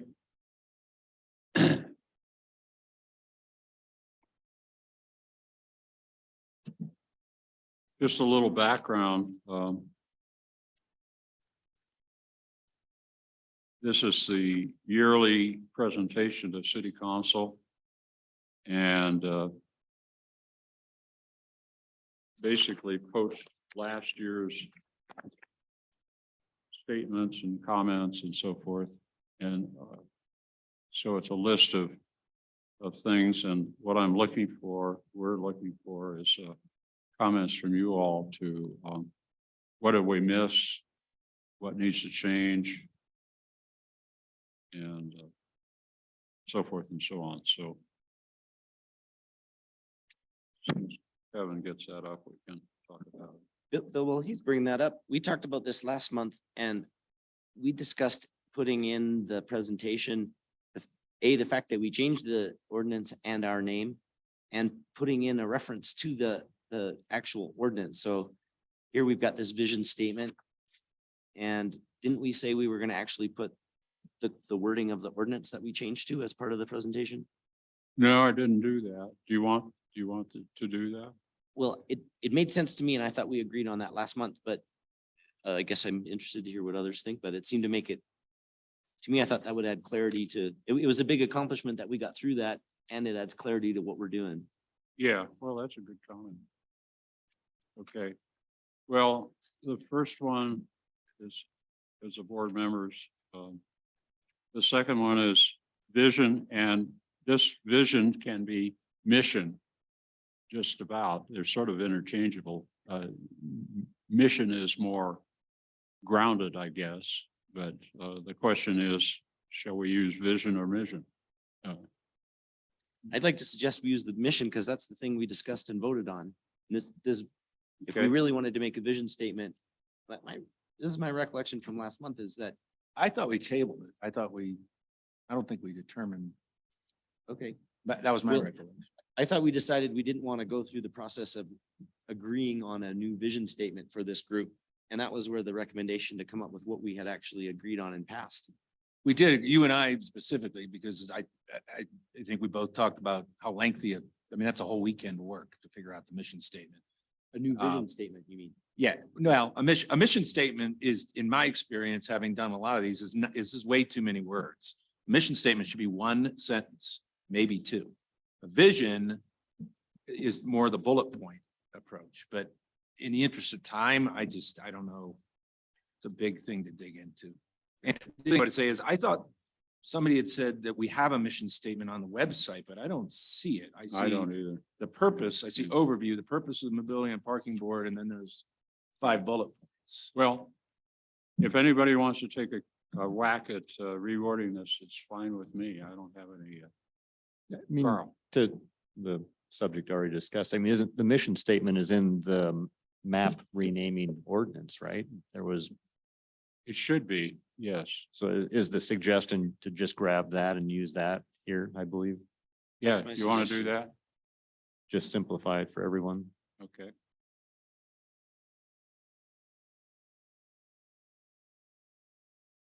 Okay. Thank you. Okay, accomplishments in 2022. Continue work to recommend enhancements to modal mobility on El Paso Mobility Boulevard. Corey, you had some words on that, I believe. You want to, or do you want to elaborate? No. Okay.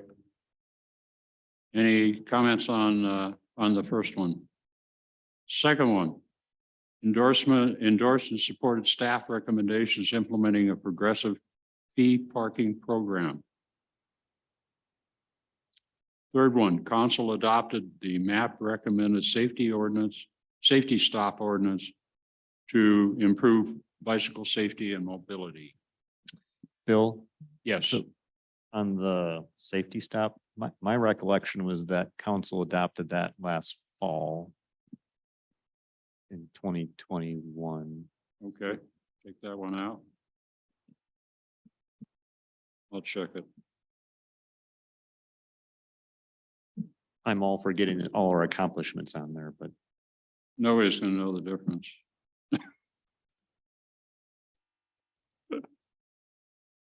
Okay, next one, started RPP program review.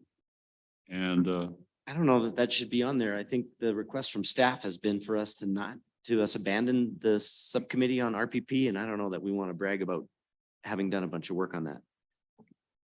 yeah, I agree with you, Corey. Continued support of HG Task Force 3 to implement the mobility hub. That is just an ongoing thing. Now, that does beg the question about how's the COG doing on the mobility hub? Can you share some of that, Luke, for us? Well, on the mobility hub at Hiawatha or at the mobility hub that? At the COG. So, prior to opening, we worked with city and the Metro Mobility to have the bus stop relocated up to the COG Railway. Right, The COG paid for and implemented the new bus stop up there. So the city's buses can go into our private property, have a fluid turnaround, stop at that new stop. right. Which is the primary stop, not only for COG Railway passengers, but folks utilizing the incline. Right. And the bus leaves that zone up there. So far throughout this last summer and even the summer prior, it's turned out to be pretty helpful. There's not been many negative feedback from having that hub situated where it is. In addition to that, during reconstruction, there was bike racks located at the railway. So right Okay. there, right next to that bus stop. But so far, so good for what we're utilizing it for COG Railway passengers getting to the railway via Route 33. Can we take any credit for that? I know we talked about the inside the parking lot. It goes up and goes through the parking lot and comes back down, right? It does. Yeah. It does. Yeah, so that was one thing that was suggested by somebody about 3 years ago, I think, when we were having discussions about the COG and so forth. Yeah, I don't know that that would be something to say that this board was part of, at least since my time on. That was discussion prior and That was really prior. kind of more Yeah. during reopening about 2 years ago. Let's year and a just half. take that one out then. Does Yeah. anybody have any other accomplishments that we can crow about? I think we should add the fact that we proposed, and didn't it happen this year? We proposed and got passed the name change and the ordinance change? Or was that last year also? That's, you're talking about the safety stop? No, I'm talking about the change of name and the change in the ordinance of this board, which was a lot of work. I think Sure. it would be We spent a that's ton of a good time one. on it. notable to say that we've kind of established well, exactly what you're saying, the vision and mission of this board and kind of understanding our role more as we move forward, what that looks like for us. I think that's a pretty notable thing. Is to say, hey, we know what we're doing now. I feel like we spent a lot of time on it, so Yeah. we should let council know Kevin? what we were doing. Okay. I'm just wondering if maybe we shouldn't word it as more of a board scope change where we moved into more mobility along with parking. If that could be a way, because that was a pretty big shift for the previous TPB into the map, was adding that mobility. Yeah, that's true. Okay, I'm good with that. Any more? Well, don't everybody speak at once. Yes, Kevin, so, oh, sorry. you have anything? I would just add onto this last bullet, continued support of the HG Task Force 3 to implement the mobility hub. Yeah, I have been in contact with Pike Ride, Jolie Naismith about putting a hub at the old Ruxton shuttle stop. We already have a lot of the infrastructure there. She's just waiting on some bike racks. So we are looking to add Pike Ride up on the top of Ruxton. Okay, Currently, the way it's set up is Pike Ride funds all that. There is a request from Pike Ride for some subsidies from the city. It's being looked at. so Pike Ride's doing it, we're paying for it? The way it's set up now, Pike Ride's paying for it all, but there is a request in the future for some assistance from the city. Okay. But the initiating factor was the fact that we moved that bus stop so that they could do that. Okay, Right. got it.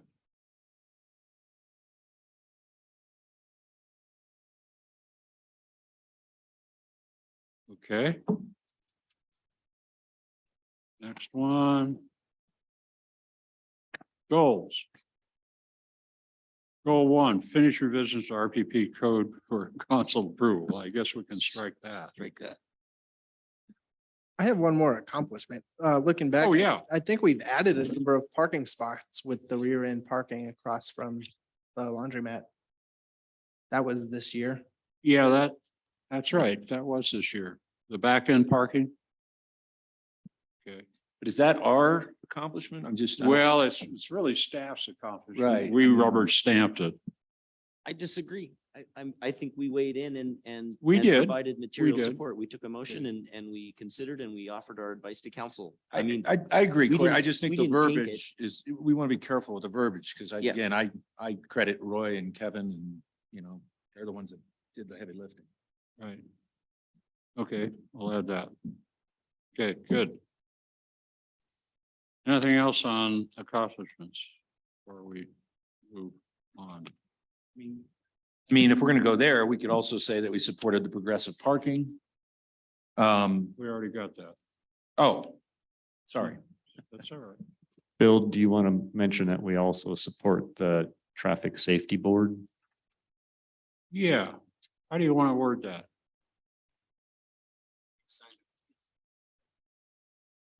A representative and a Yeah. backup, Yeah, and you're the representative? yes.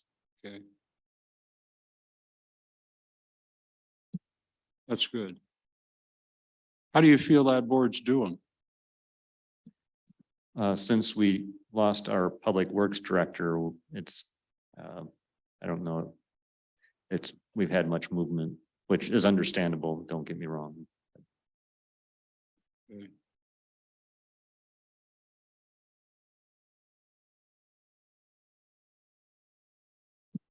Okay.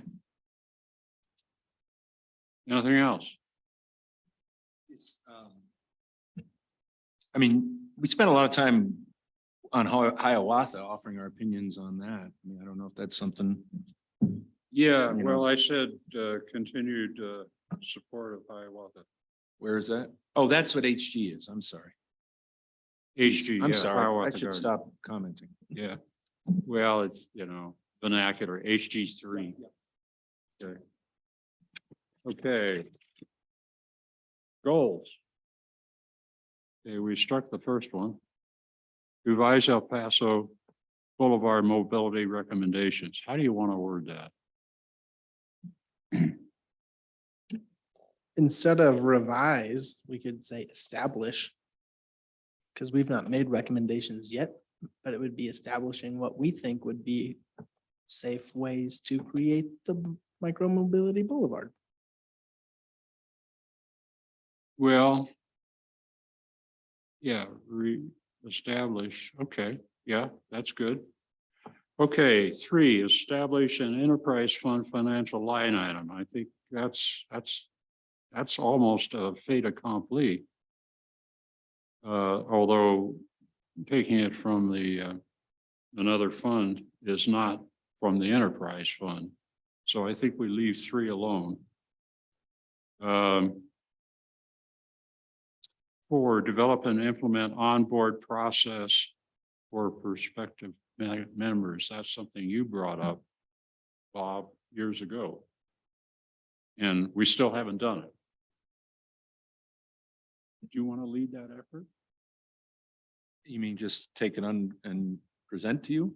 Oh, What? Take a stab at it.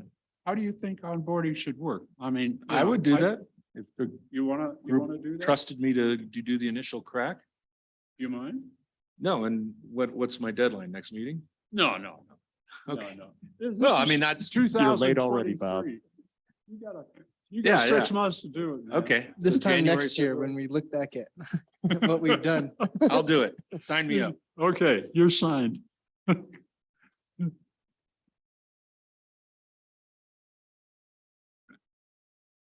Right, yeah, I mean, Yeah, no, you guys will all be involved. Trust me. I'll just do the Yeah, initial pen to right. paper. good. Okay, 5, continue to use data sources for use in decision-making process. That's sort of like, I don't know. What do you guys think? Well, I was thinking about this driving over, and Kevin, I don't know if this is coming up. I mean, I would love, I think that you guys know I love data. I mean, I don't know what the verbiage is, but I would like to know, like, example, what's the lot usage between, 3 and 4 o'clock on a Tuesday? What, I mean, I'd like to be more informed about now, Kevin, I assume, because we have awesome data, right, with all this collection. I would just like to incorporate that, and maybe that's coming in your report, but I think we would all be better at our roles if we were more educated on, genuine facts. I mean, I'm sure, like you are like me, every time I drive into town, I look at the board to see what the parking availability is and all the lots, and it's always interesting. There's always revealing at times, I'm totally into that. I've even started going online and checking it out online and seeing what the numbers are. So I think that's a good goal. I don't know how to verbalize it, but maybe just, utilize data for the betterment of the team or So something like that. could we maybe say something about, like, specifically, what's the data source? It's The analysis of the given data. I mean, we've not had the data before, so it's Yeah, we have new implementing some data. kind of analysis of it. I'm sorry, I can't think of what it's called. It was SP1, but yeah, the parking. Same with progressive parking, like we should have great data on that now too. And again, Kevin, I don't want to you may be ready to present that, but we should be better informed, all of us, we should. And we're not right now, and that's not anybody's fault, but I think we should make that a goal. Well, we gotta be data driven, really. to Sure. make And now we have it. intelligent It's so exciting. decisions. Now we got data. So Question is how we're gonna use it. Yeah. So, go ahead, Carl. I'm not against using the data, but how does this manifest itself other than putting more work on Kevin? I mean, is this us saying, hey, Kevin, we want a report of X, Y, Z? I mean, it's not like we're gonna have, Bob and I are gonna get direct access to the data. We can run our own queries. So what does this mean? Us coming together with suggestions of new reports? Well, that's a very good question. My data, a lot of my data comes from what Breckenridge is doing. And that's why I was really hot on their approach of telling people when you enter town, which lots are full, what's their capacity and so forth. And so Roy's implemented that. And but that's just one example of using data, and it's, I mean, gee, it's right there. I mean, there's no brain surgery there.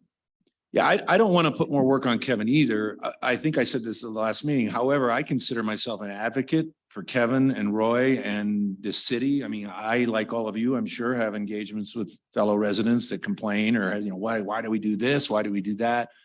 It would definitely help, and so maybe we do Hiawatha for a couple months and we look at that and make it easier on Kevin. And then we do Cannon and, so forth and so on. Well, I said continue to use data sources for use in decision making. And I know that, but I guess I'm just drilling down saying, how would I don't you- want to just have a bullet do you point. want- I think Do that's you want to important. reword that? Okay, Carl. I mean, I was just gonna throw another example out there. I mean, like Bob mentioned, the progressive parking. I mean, Right. given that we supported that, I would love to see the data behind that just out of curiosity, but I also know that that was very political, so I'm sure staff wants to roll that out in a very deliberate fashion to make sure that the messaging is correct. And so, I don't know if us kind of jumping in there if that's just going to make their job harder. So. Well, we've already seen some changes in that, Kevin, when you raised rates in the 600, 700, 800 block, right? And dropped them in the 500 block. Right? Yeah, so October first, the rates did change. We did start the winter rates, but the weekend rates are following an increased summer rate based off the data that we did have. And we are running a quarter behind. We do get live data, but we're making the decisions based off of previous quarter's activity. So we're continuing to use the data that we have. But Carl, you had a suggestion. Yeah, for and wording. I just want to remind us, we're 2.5 hours in, we got an important presentation still to go. So let's try to wrap this up. I think my proposal, let's change that so it's clear what we're talking about.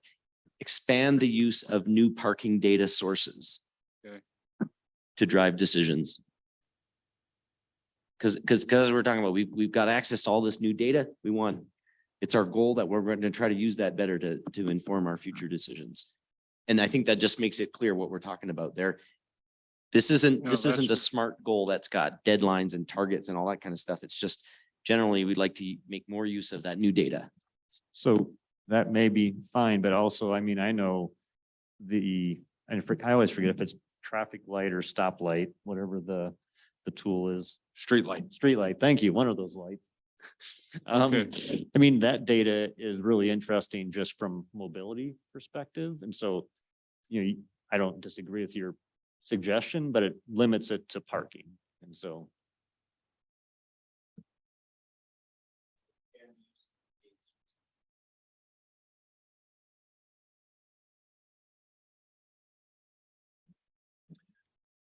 You're right about the time, and I'm sorry, but I'm going to throw another one out. I recently saw Kevin and got my 50 free hours, way late. I wonder if that's something we should, would anybody be interested in making that a goal to really look at that 50 hour? Because I know you guys picked that number and said, look, we got to start somewhere. Maybe it goes up, maybe it goes down, but I'm wondering if there's any value because Kevin, I think you said what was the number of people that have taken advantage of that? It wasn't as high as you'd like, I think. It definitely was not. I just added 2 more today. I'm at 592. My report for tonight's 572, but I love where you're going with that, Bob. That's actually going to be on next month because this was a pilot. So we're looking for what we're doing for 23. Okay. Are we keeping 50? Are we raising it? Are we lowering it? Like we're looking at all that. Give me some words, guys. Continue to evaluate resident free parking or parking allotment, something like that.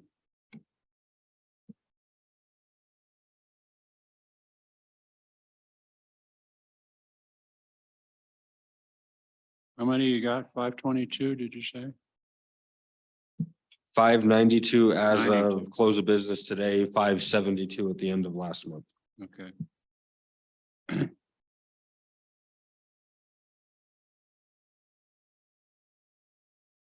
Okay.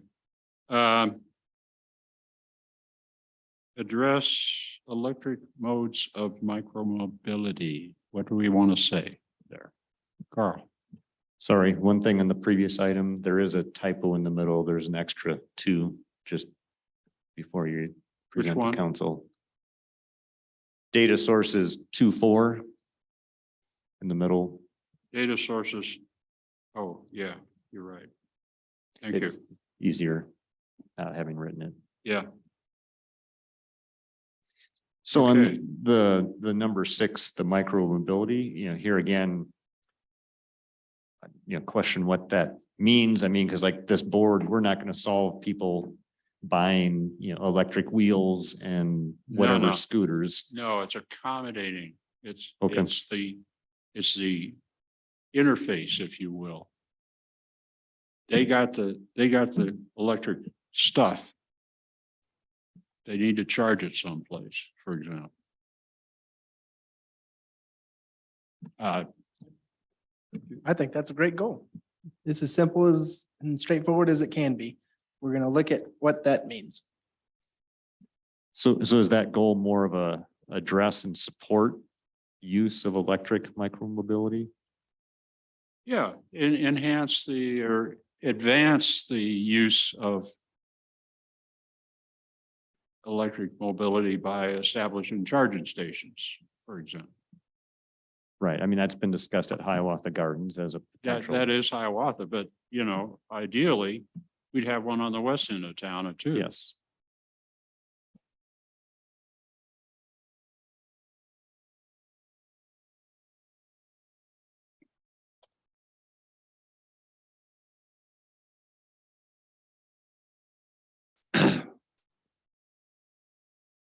So just, sorry, one more clarification question, if I may. Sure. Does it have to just be electric? And so, It can question- be anything. yeah, so I guess, the- Enhance micro mobility, including electric. right, so I guess, because my thought is, hey, can we make other suggestions for additional bike ride stations like we've already done, right? Working with Kevin. Okay, is it okay just leaving it the way it is?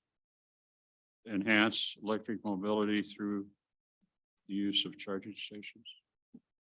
I don't have that up there, but that's sort of the idea. I think you've gotten the intent of the questioning, so I trust you. Okay.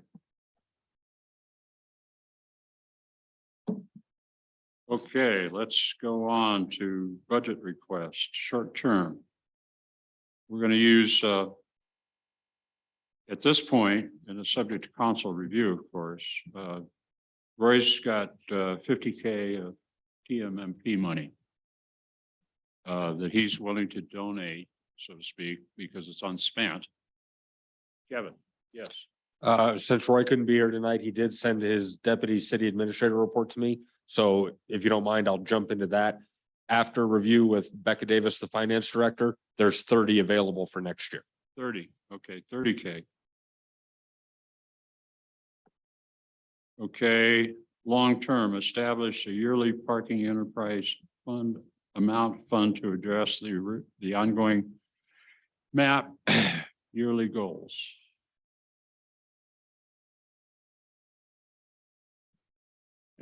Any additional comments? Hearing none. So I have one comment, Bill, Yeah, or go, more of a question. go. So I think I'd mentioned before, the traffic safety board that I've sat on, I think like 3 of those meetings has felt like the toolbox is fairly constrained and most of it's budget oriented. So a question, if there was the right enhancement and the MAP board supported it, could we bring that to the board and use this part of this funding to pay for that? I don't see why not, but Because in the way it's, so then that would say we would want to add, traffic safety board as one of our goals or something, support that. okay. Can I make a further suggestion around that now that, the amount has been confirmed and we've got something real to work with? Right, I really think early in 2023, we should have a specific kind of a retreat to go through what, true. I feel like if we really want to. We need to spend the money. If we want guys. to vote to approve a list of goals, I want to spend more time brainstorming all the options, prioritizing and getting those set. And now we know the constraints. I think, we've got provisional goals that you're going to share with council, but I think we should target having early 2023 a specific meeting to discuss what we think of those priorities are. No, and that's what I was talking about ahead of time. For instance, Hiawatha Gardens, they're moving ahead and they're going to get some money.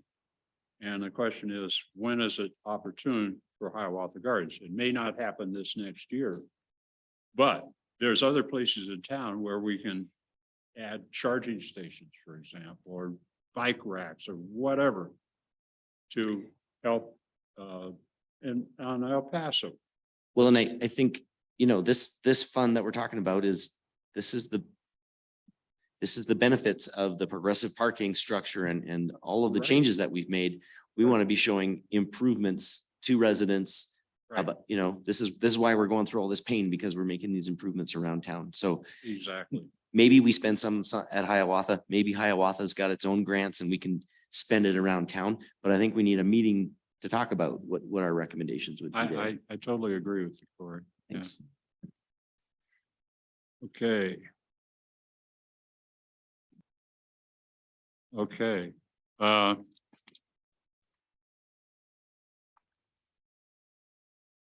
Ideas and projects proposed by the map board for discussion.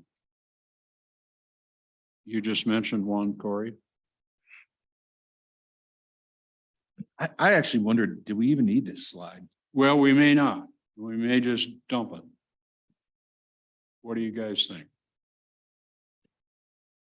The flats up across from Cave of the Winds, I'd really like to explore that property some more. It's been brought up a few times. Which But that- property? The Higginbottom Flats, Bottom, I don't know. Oh, yeah. But Okay. I'd like us to really thoroughly understand that. And we've talked about it a little bit, but it's never really been the forefront of our understanding. And to establish what that looks like, In that would be a in the goal. context of mobility? Yeah, Yeah. Okay. But I just heard you say goal. That could just be. yeah, I added mean, to the it's a goals and 2023 still get goal rid of or a that major slide. project goal. I mean, in either way, in either case, I think it's something to note for 2023.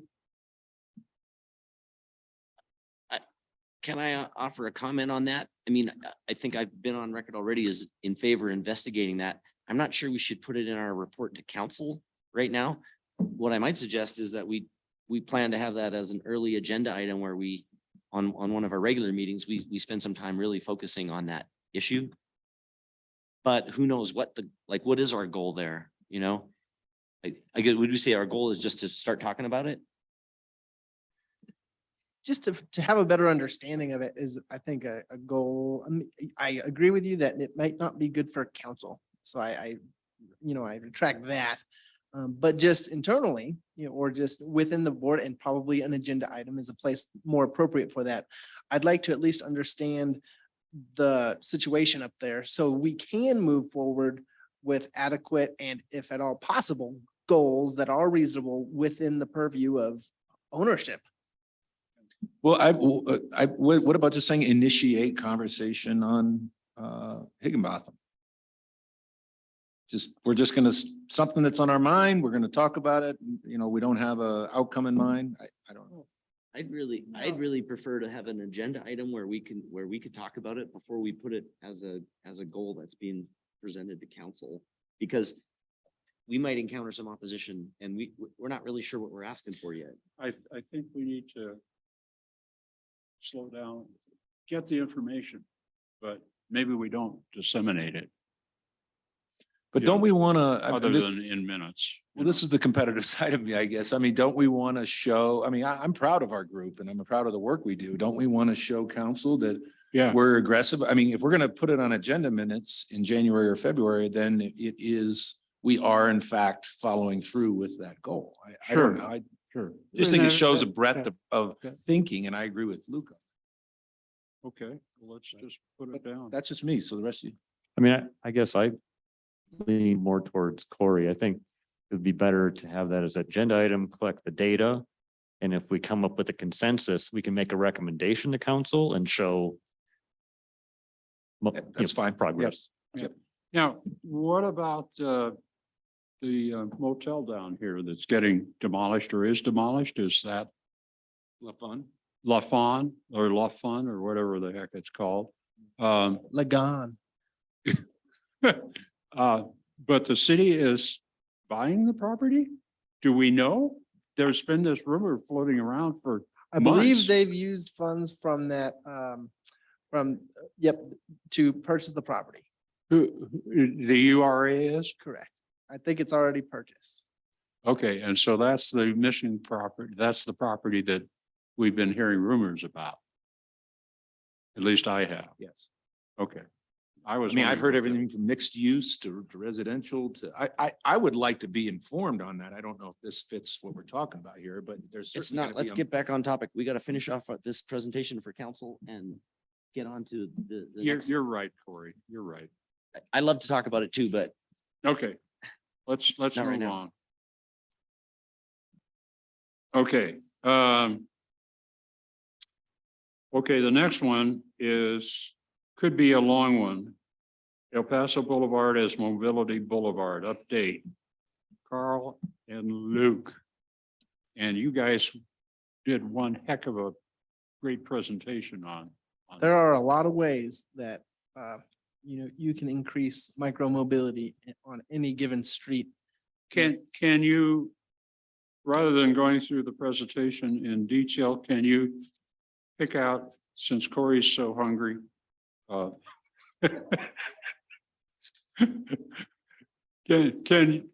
there some pearls that we can So pull out of the presentation? I think I can power through this pretty quick. Okay, go for it then. And this is gonna be maybe awkward. Do you mind if I stand? Just, No. I don't want to like talk and have you guys at my back. And Luke, please interject. Go Okay, for it. I will. Either, no, I just want to, maybe we'll see. So if you don't mind doing the advancing. So this slide we can go over really quick. This is just, I grabbed this from the direction we were given, which is to look at micromobility on El Paso Boulevard, right? So just Right. the why.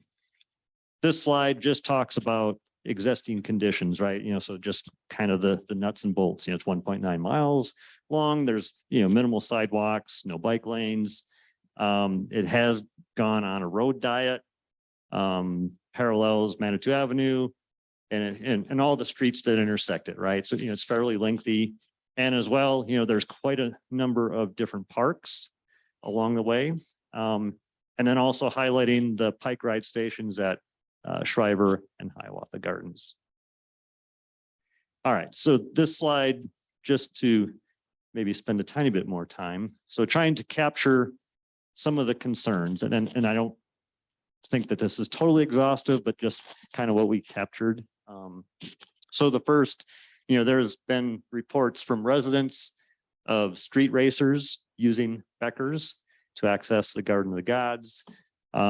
Incompatibility of large buses, the Mountain Metro Transit route going along there for the number 3, as well as the shuttle.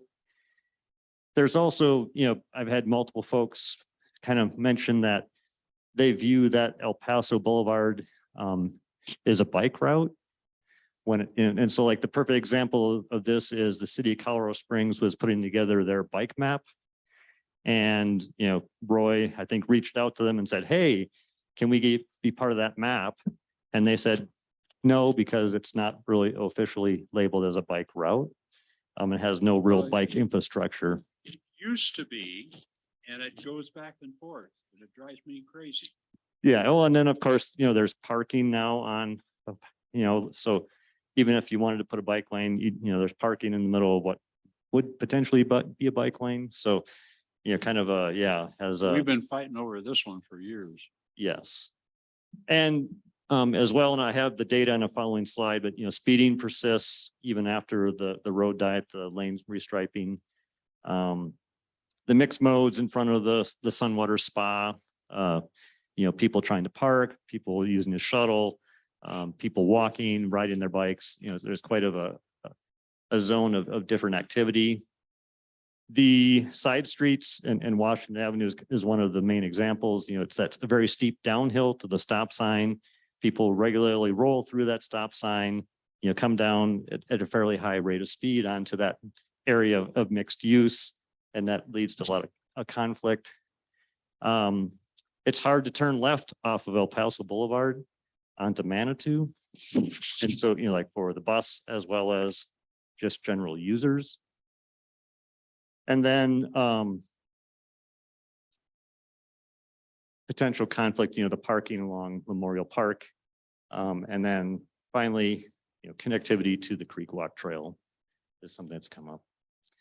All right, so the next 2 slides, I worked with Dole, and he provided some data from the streetlight. I got it right this time. From streetlight, and just kind of highlighting the different traffic volumes and speed. And, just kind of shows that, there are people that are definitely speeding. There's a lot of volume in the middle of the day here. And so, this is Columbia Road to Beckers. And so it's curious that it appears to be that there's a fair amount of traffic that's probably trying to access Garden of the Gods using that section of Becker's Lane. And then the next slide is Mayfair to Old Man Trail.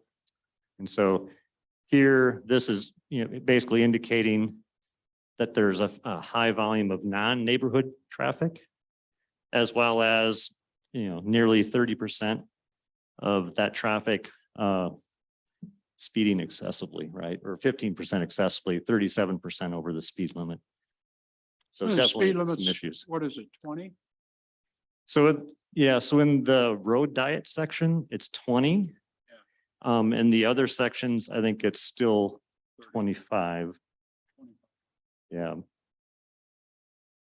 So, and then, so this slide, just emphasizing that, speed and motor vehicles, as you drive faster, the impact is much greater. It's not a linear thing, it's exponential, right? And so just emphasizing that speeding has potential huge impact on non-motorized users, right? All right, so no surprise in Manitou, we have no shortage of planning documents.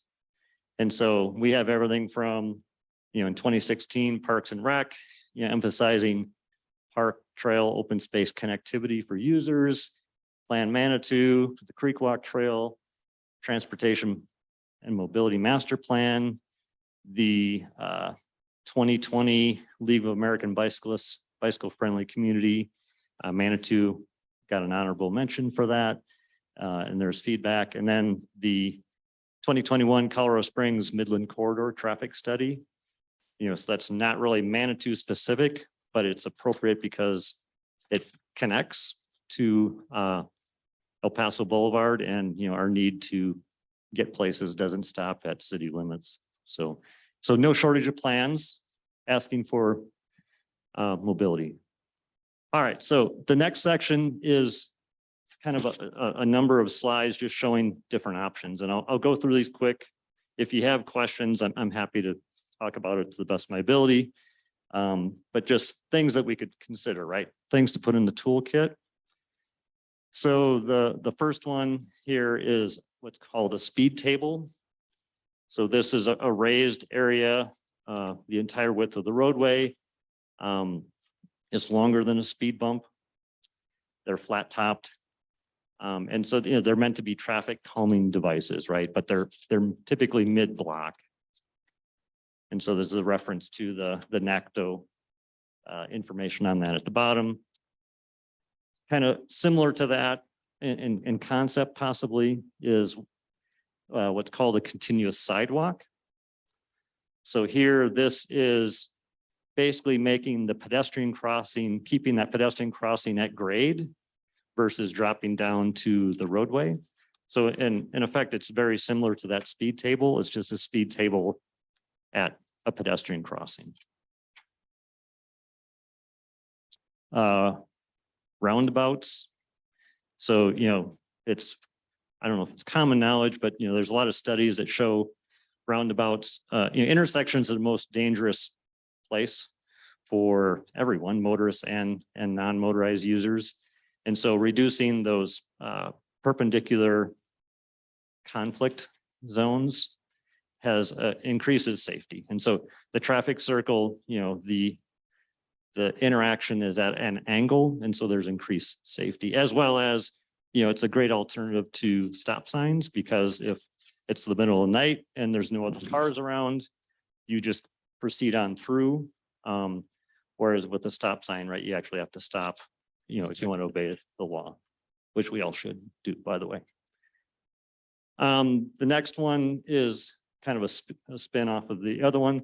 This is what's called a neighborhood roundabout.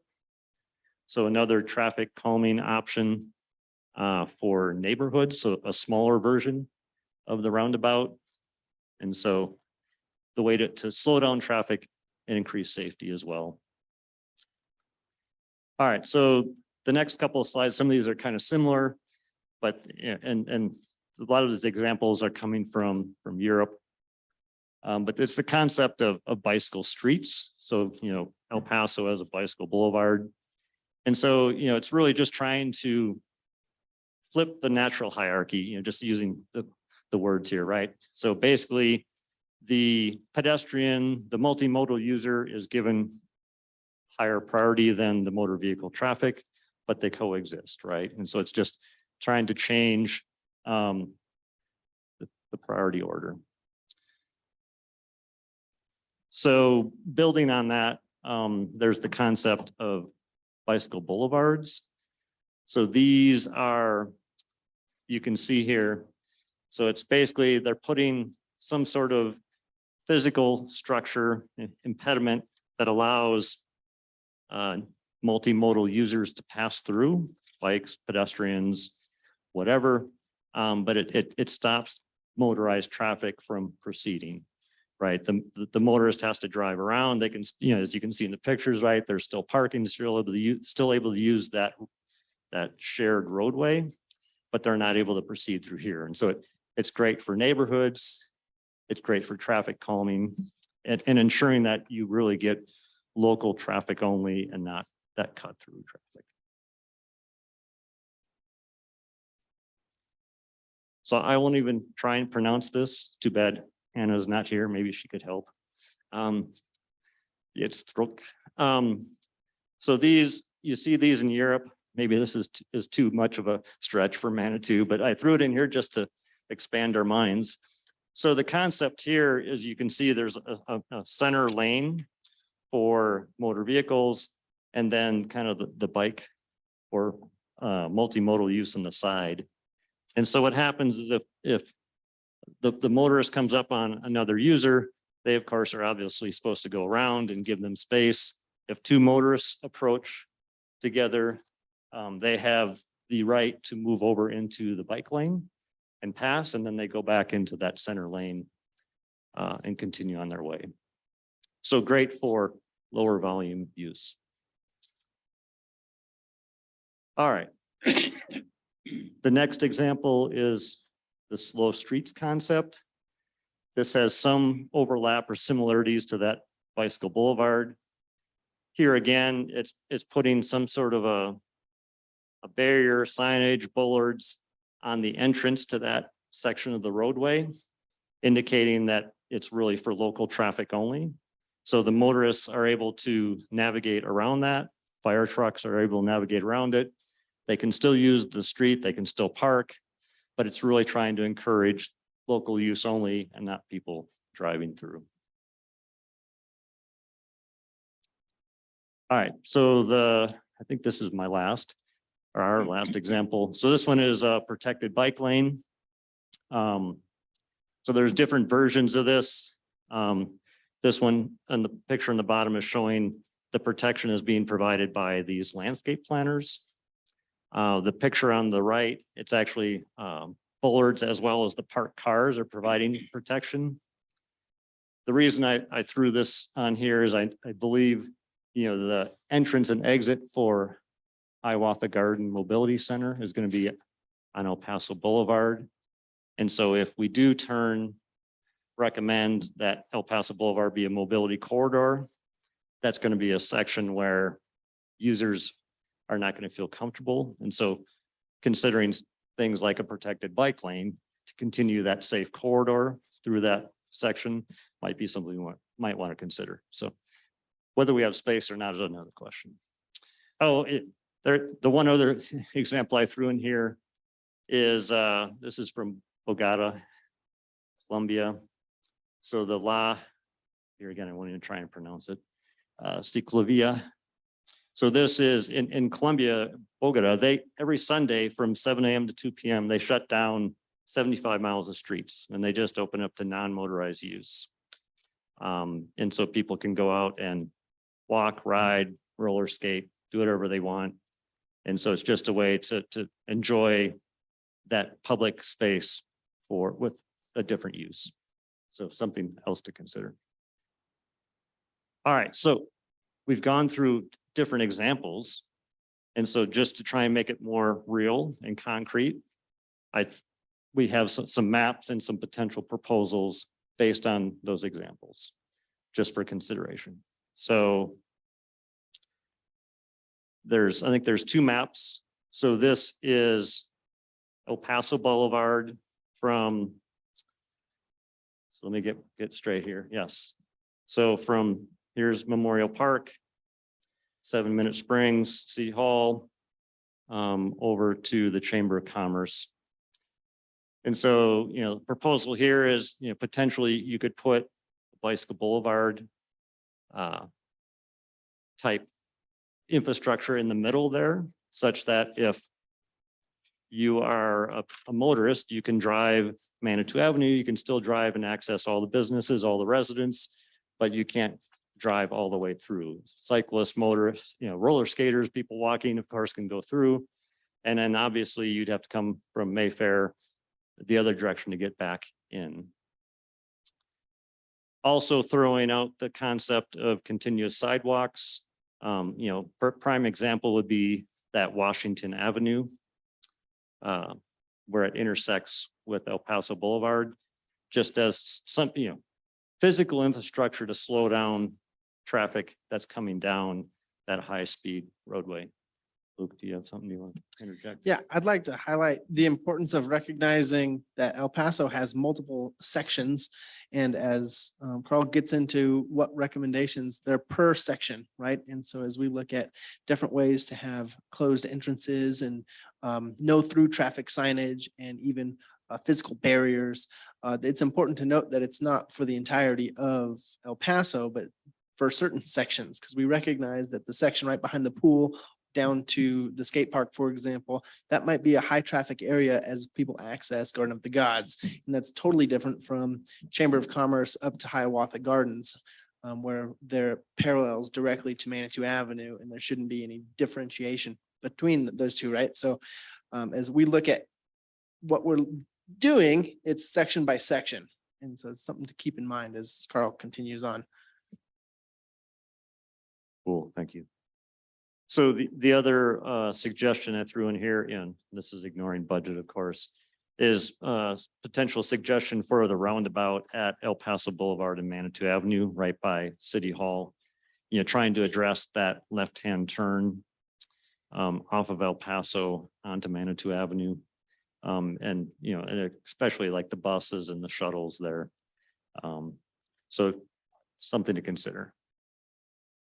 All right, so now this is the eastern section. So this is from the city limits. Almost like too close. Where's Becker's Lane? Oh yeah, so this is the section behind the pool, right? So here at Mayfair, I think we threw in the suggestion of like a neighborhood roundabout. We put in a continuous sidewalk on Becker's, where the trail crosses, the Creek Walk Trail crosses Becker's Lane. And then we put a suggestion for a bicycle boulevard infrastructure over by the Academy riding stables, right on the eastern end. And so, the next couple slides, just try and grab a Google Street Map view of the section and the potential suggestion. And it's kind of ironic, right? This is just past the Academy riding stables. Hey, Google Map caught someone riding their bicycle. And so the suggestion would be to place this kind of infrastructure in this kind of location there, right on the edge of town. The next one is the continuous sidewalk. So this is that trail crossing, so the concept here, continuous sidewalk across there. So this is really trying to address the street racers getting into Garden of the Gods, trying to slow down the motorists on Becker's Avenue there as they're entering into that section. The next one's the Mayfair and El Paso. This is right by the smoke brush. And so the conception of, hey, potentially considering a neighborhood roundabout. And then this is that central El Paso Boulevard. Really almost behind the Briarhurst. So suggestion of a potential bicycle boulevard type infrastructure to encourage local traffic only. And then, yeah, Washington Avenue, the continuous sidewalk, trying to discourage that high-speed traffic coming down Washington Avenue. And the roundabout at Manitou Avenue, El Paso. I guess those are kind of redundant. All right, so just, and maybe I'll pause. So questions on what has been presented so far? Bill? Yeah,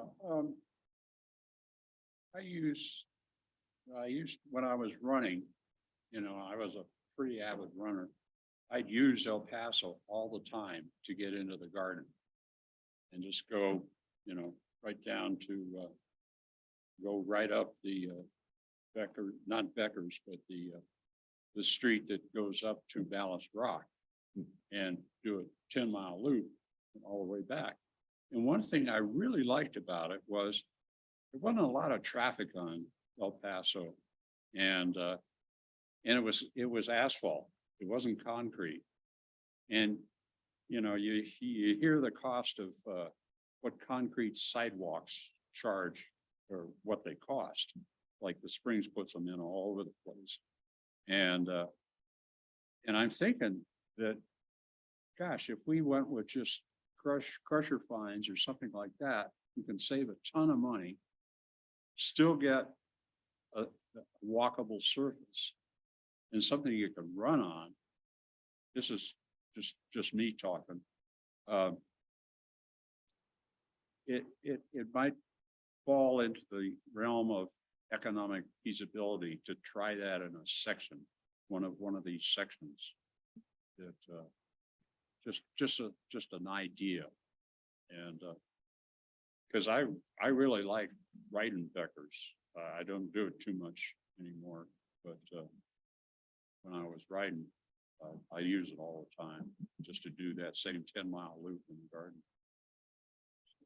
I really like it. Great presentation, by the way. Great work, guys. Yeah. Really exciting stuff. The info that Dole provided about the vehicular traffic made me wonder, and maybe it's not possible, could we ever get data on what numbers of bicycles are actually there? Because your comment, Carl, about, but this is budget, independent of budget, it would be helpful to be able to have that data, right? And be able to say, look, we're not talking about a dozen people here. We're talking, I don't know if that's even feasible. I think part of that answer is just us being out in the community and talking to the people that are on bikes. And when we talk to people, what we find, when we find somebody living on, let's say, the west side of Colorado Springs, or even on the east side of Manitou, and they want to get to downtown, it's natural to understand that bicyclists don't want to be near traffic, right? So the majority of bicyclists aren't going to be on Manitou Avenue by La Fonda. They're going to be on El Paso, right? That's initially why we're looking at El Paso being a bicycle boulevard, is because it's natural to understand bikes are going to take the back road, right? And so what we're looking at isn't necessarily what my kind of philosophy and thought behind this isn't necessarily, I had it written down, but it's making sure that it's the reduction of traffic and prioritizing the reduction of traffic over the traffic calming section, right? So it's not necessarily saying, okay, we're going to keep 100 cars back there and make them go slower. It's to say, hey, let's take those 100 cars and reduce it to 50 and implement some of these traffic calming effects, right? Having those platforms. And so, yes, it would be good to have solid numbers to say what number of bicycles, but in the natural understanding of where bicycles are riding, it's going to be on El Paso. That is the safer option as it stands right now. We're just looking to make it even safer than status quo. Well, and I appreciate that, but I'm not sure I'd want to fund something that I don't know. I'd want more hard data is all I'm saying. I mean, that's anecdotal, but I mean, I have no idea and I'm not hearing any numbers from anybody. Are we talking like 2,000 bikes a day? Or I mean, what are we talking about? Well, a lot of people don't use El Paso for bikes as much as they used to, at least that's my perception. Yeah, but do you have that? Is that fact or is that's That's perception? just perception. Okay. well, Just, it's untested, Yeah. but But I don't want to fund that if no, that's. and I totally So- understand, but if you install these traffic calming features and slow the traffic down, you're gonna get more bikes and you're gonna, you try it in a section. Pick a section that makes sense. Try some traffic calming and see what kind of bike reception you might get. So I don't know. maybe, Corey, where do you bike? You bike El Paso?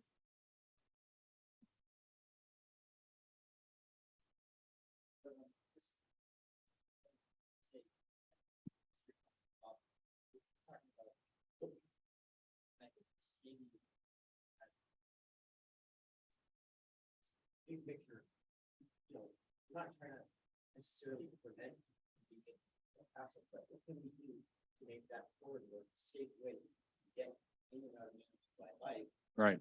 Because we believe when we get to that, that's the first to do it. So counting the number of people that are going for now, that's like saying, well, I think people are using this bridge stuff.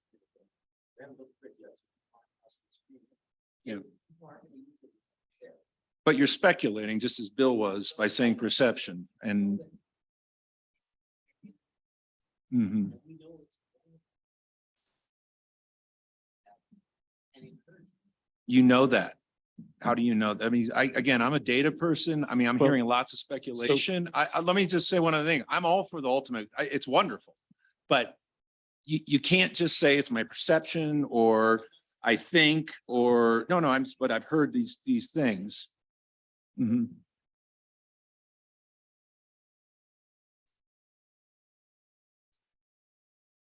Yeah, I know that. You're repeating yourself. I get all of that. Bottom line is, I don't want to fund something without facts and not speculation.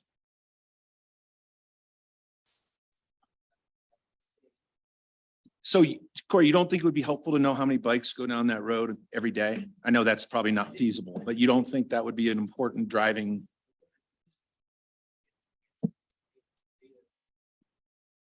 But you'd have to have somebody sit there all day long. And I actually, we should do this based on data now. Implement some of these mobility improvements and measure the improvement. Some of these are just pilots. Put in a roundabout is an expensive endeavor. That probably won't help. But if we could implement a few in places where we think it's like the most dangerous, and the most impact, these costs, especially with a pilot. That's absolutely what we should do here, and we should measure before and after. There's ways we can get some of that data. Strava is a powerful picture that doesn't belong as so like we can provide a lot of data. So Great, let's get it. we should get that and use that basic. But I don't think it's reasonable to say we won't consider implementing these unless we can demonstrate that's not useful. It's gonna come, make it safe. I say I totally disagree. I don't think you can implement anything without some level of data. You are speculating. And I don't believe in speculation. Well, look at, so look at what has just been presented. And I suspect that there's data out there for some of the stuff that was presented tonight. Am I wrong, guys? there's definitely data showing that it increases safety and Why don't increases we get usage. some of that data? I mean, there's the links to all the references in there. You provided data, I mean, great data about, the speed, Right. how Right. fast cars go, all of that. Right. But again, right. I just But I'm want to know how talking many about- people actually ride a bike on El Paso. I'm talking Yeah. about bicycles. Yeah. Yeah. Okay. So Bob, I'm in And- agreement. I think we should collect data and it would be useful, like Corey said, even just to measure if we try and pilot, like I have a couple of slides, just throwing some ideas out there, the effectiveness and whether we got our money's worth and improved the experience for people. I mean, that's Yeah. spot on. And I'll be honest, Carl, there's personal bias here. I'm not a cyclist. Okay, so therefore I want to know more about what's actually happening. Yeah. You guys are cyclists and Well- so I think it's unavoidable. We have personal bias in this issue. And that's why Yeah. I would like to, I'd fund anything as long as you can show me this is gonna be. And to me, that's, I mean, that's great, right? To me, improving mobility for all users benefits people even if you just drive, right? It's fewer people competing for parking spaces downtown, fewer people that, if someone's on a bike, it's, and you're in a motor vehicle, right? Hey, I can easily pass them and get in my way. Whereas if I'm in a car, you got to sit in queue and wait for them, right? So it's just, we can get more people downtown, get more people enjoying Manitou Springs, improve the resident experience for more users, right? And so it benefits everybody, right? From my perspective. So it doesn't matter whether you ride or not, right? If you walk, if you roller skate, if, there's ADA, there's disability, there's all kinds of things that this can benefit. And it benefits everybody, even if you are just a motorist. There is another challenge that we ought to be thinking about. And it's come to play on, what is it, 2424? On 30th Street, where the residents rose up and defeated a development, a big apartment development of 400, 500 houses or apartments. And Springs Council voted it down because of the wildfire evacuation concerns. El Paso would qualify as an evacuation route. And I'm not trying to make a deal about it. I'm just saying that it's something that we need to be thinking about. Yeah, and to be clear, I mean, there's no recommendation here to close El Paso to motor vehicle traffic in any part No, of this presentation. and I fully understand that. I'm just saying we need to, I think, be sensitive to those kinds of wildfire concerns, because if we get a fire on Red Mountain and it wipes out the south side of town, people, I was here when Waldo Canyon fire and literally, they shut down the town, both ends. The only way you could get in is if you were a resident and you could prove it by showing the cops the driver's license. I think, And so it's just something to be thinking about. yeah, and I mean, to your point, Bill, I think, people in the, Crystal Park gated community have much bigger wildfire evacuation Absolutely. concerns than, No question about it. so I'm not trying to disparage the comment, but just, I think there's other areas that probably require a lot more Right. focus and attention. Right.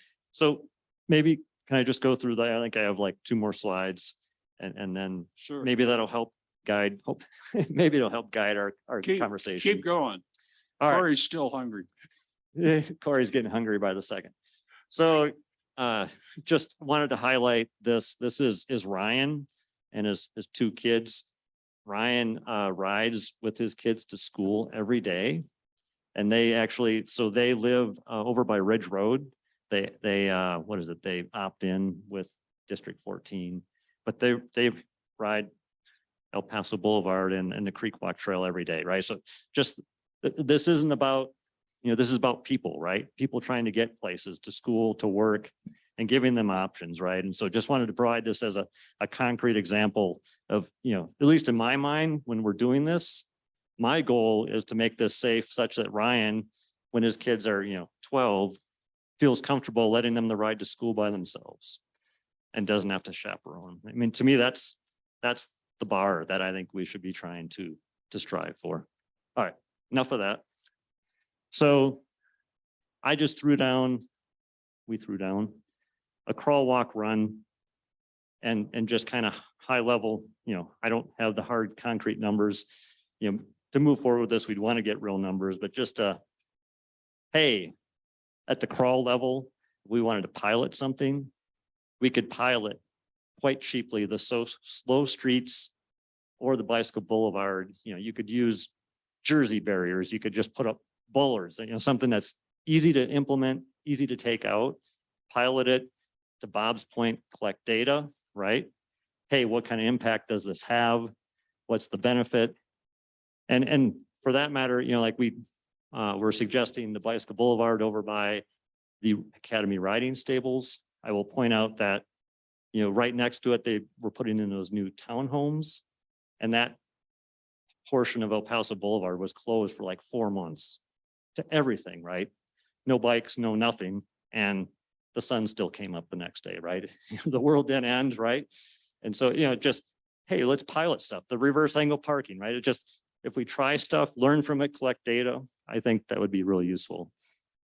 Then, moving up and the walk, it's continuous sidewalks. I think that's not a huge amount of concrete, and there's different surfaces you could use. And I think that would have some real positive impact. The creek walk crossing in Becker's Lane, Washington Avenue intersection with El Paso. I think, very concentrated expenditure of time and energy and money to have significant benefit. And then the last, pipe dream, years down the road is, more of the permanent bicycle boulevard, on El Paso Boulevard and a traffic circle at El Paso and Manitou Avenue. So just trying to provide, the scale and, something that we could recommend to staff and the council to move forward with. So. What about connecting El Paso on the east end with the Midland Trail? It's already sort of connected. So the West Side Action Project, it connects into the Creek Walk, right? They didn't get the right of way behind the Action excavating storage units. And so you kind of got to do the weird detour onto the street and the sidewalk instead of following Fountain Creek, but.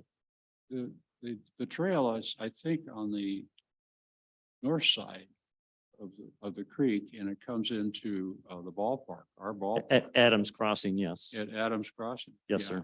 And I mean, gee, you just take a zig and zag and get on the Midland. And I'm just thinking out loud as a selling point. What about this $30,000 or $50,000 that we're gonna have at our discretion? I mean, 30. well, I heard 50 earlier, but Bob gave us a raise. I mean, It this shrinks with every. maybe meeting. this is a use of these funds, because again, I'm not opposed to this at all. But, I think spending 30,000 to pay somebody to sit out there, because I don't think Strava is going to work, because not everybody has Strava, to get some sort of data, Yeah, might be a valuable use of the funds. well, if you set up something that was strictly a pilot and it was removable. So, Well, And that's collect data. different. but so yeah. one quick, Well, I guess it's the same, yeah. so Kevin, do you know, does Streetlight differentiate between motor vehicles and bicycles in that data set? I'm not as in tune with Streetlight as Dole is. I can definitely have an answer tomorrow. I can email Dole because he's the one that really monitors that. I think, Yeah, and that'd this be is good. speculation, but I mean, it's just tracking people's cell phones. And I think they have some means of identifying your mode. And that would be a much less expensive way to capture data. Corey. I like the suggestion that Bob just made about, thinking about the funding that we've got. And I'm going to backpedal a little bit from, I don't know, I felt like I was going down a road where I was disagreeing with you, Bob, but I think I don't. I mean, I think what we ought to do, Carl's laid out, here, these are the suggestions, crawl, walk, run. Well, I don't know about walk or run, but if we started investing in some pilots, so we agree on what kind of data we can collect and what's a reasonable way to collect data, take some baseline data, invest in some pilot programs and measure. And then we come back and say, okay, now what do we think? We've invested a little bit, we've collected some data, we've seen change in behavior or we haven't. And then we take it from there without saying for sure we're going to put in a roundabout, in 10 years or something. But take advantage of the funds that we've got that should benefit mobility and start playing with some pilots and what are the high priority ways that we could make this an improved mobility connection and then see if it works. So- without investing a bunch of hard costs. So one process like question.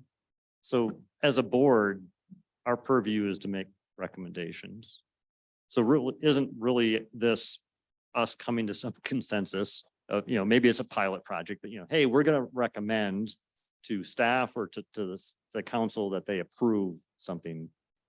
And so if it does cost money, hey, we're willing to pay for it out of our budget, but it's not like we can decide is the only point I'm trying to make. And some of these pilots can be free. For example, from Mayfair to Hiawatha, right? That section right there, we can put big road closed to through traffic, big signs, right? Road closed ahead, local traffic only. And we don't have to have some kind of barrier in the middle. All it's doing is tricking the people that don't live there. And if you live there, or if you're knowledgeable, if you're a Manitoid and you happen to know the back roads into Manitou, then you'll know that that's an access point. But at the end of the day, what it does is it takes that 100 car example down to maybe even 30 because they don't think they can get that way. And that costs us $0. That costs us some temporary signage from the streets department saying road closed ahead. And road is not closed ahead, but what it does is it eliminates the traffic that's there unnecessarily. That's a good idea. Yeah, but I don't think that'd be legal. I don't think you can put a road closed ahead. Well, not road closed, I but mean- local traffic only, Yeah. something of Yeah. that nature. No, I hear you. I just, there'd be some semantics there that the police would probably be involved in. But, yeah. That's a reasonable idea.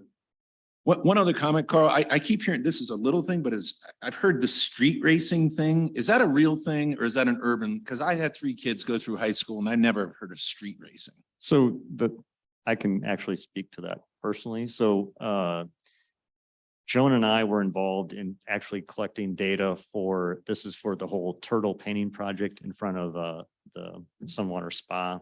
And so that please put up a traffic sign. We actually went and did same data collection at Becker's and El Paso. And we had been there probably like 20 minutes and one of the residents in the townhomes there in the corner came out and asked what we were doing. And we said, hey, we're collecting data. And he scoffed at us and said, this is nothing. You should come here at 9 at night. And there's, all these people that are street racing and coming down here, going into the garden. And so I would just caution, maybe, I'm not sure you want to put that in a presentation because that sounds like hearsay. It may be true, but that's, I wouldn't question don't- that. I wouldn't question I that live resident. but- close to that and I've but- never heard of street racing. Yeah, I mean, and also I think, you can hear the motorcycles and all that at night in the summer, right? Revving all over town. So, but it is more hearsay. At 10. 9 in the winter. Okay, guys, it's a little after 9. I think that if you can summarize your stuff in about 5 minutes, Kevin, is that possible? I sure can. I'm doing all the reports tonight, so. Okay. Go All for it. right, so here is the staff report. And like I mentioned earlier, we had 300 or 572 license plates added to the residential hourly program. We've only issued an additional downtown employee permit since the last meeting. And then staff is pleased to announce that we have added a parking logic sign to the Schmishny lot, which is displaying the spaces to eastbound traffic coming off Highway 24 and Serpentine. And also, we are pleased that we had a smooth rate change that took place on October 1st. We're always leery about that because it's an over-the-air update now. So until I see everything go through properly, I'm staring at a computer for about 3 hours. Those are the big things from my department. And then Before you move on, can I ask a question? Are you going on to the next department? I was gonna go into the revenue and transaction. Oh, okay. I thought you were moving. I thought you said you were handling other departments. I'm sorry. Nope. So year to date, we are at 1.9, about 6 in parking revenue. That does include the metro lots. A lot of it is that progressive parking. We're not seeing the 85 to 92% occupancy that we were hoping for. That's part of why we have that weekend increase, but we are seeing turnover.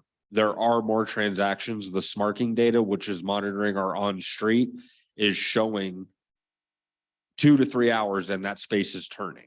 That's just telling me that we have enough incoming traffic still, that as soon as that space is open, it's getting filled back up. Same with the lots. We're seeing that from the Parking Logics information.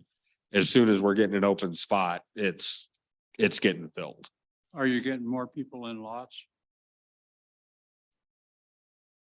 Definitely.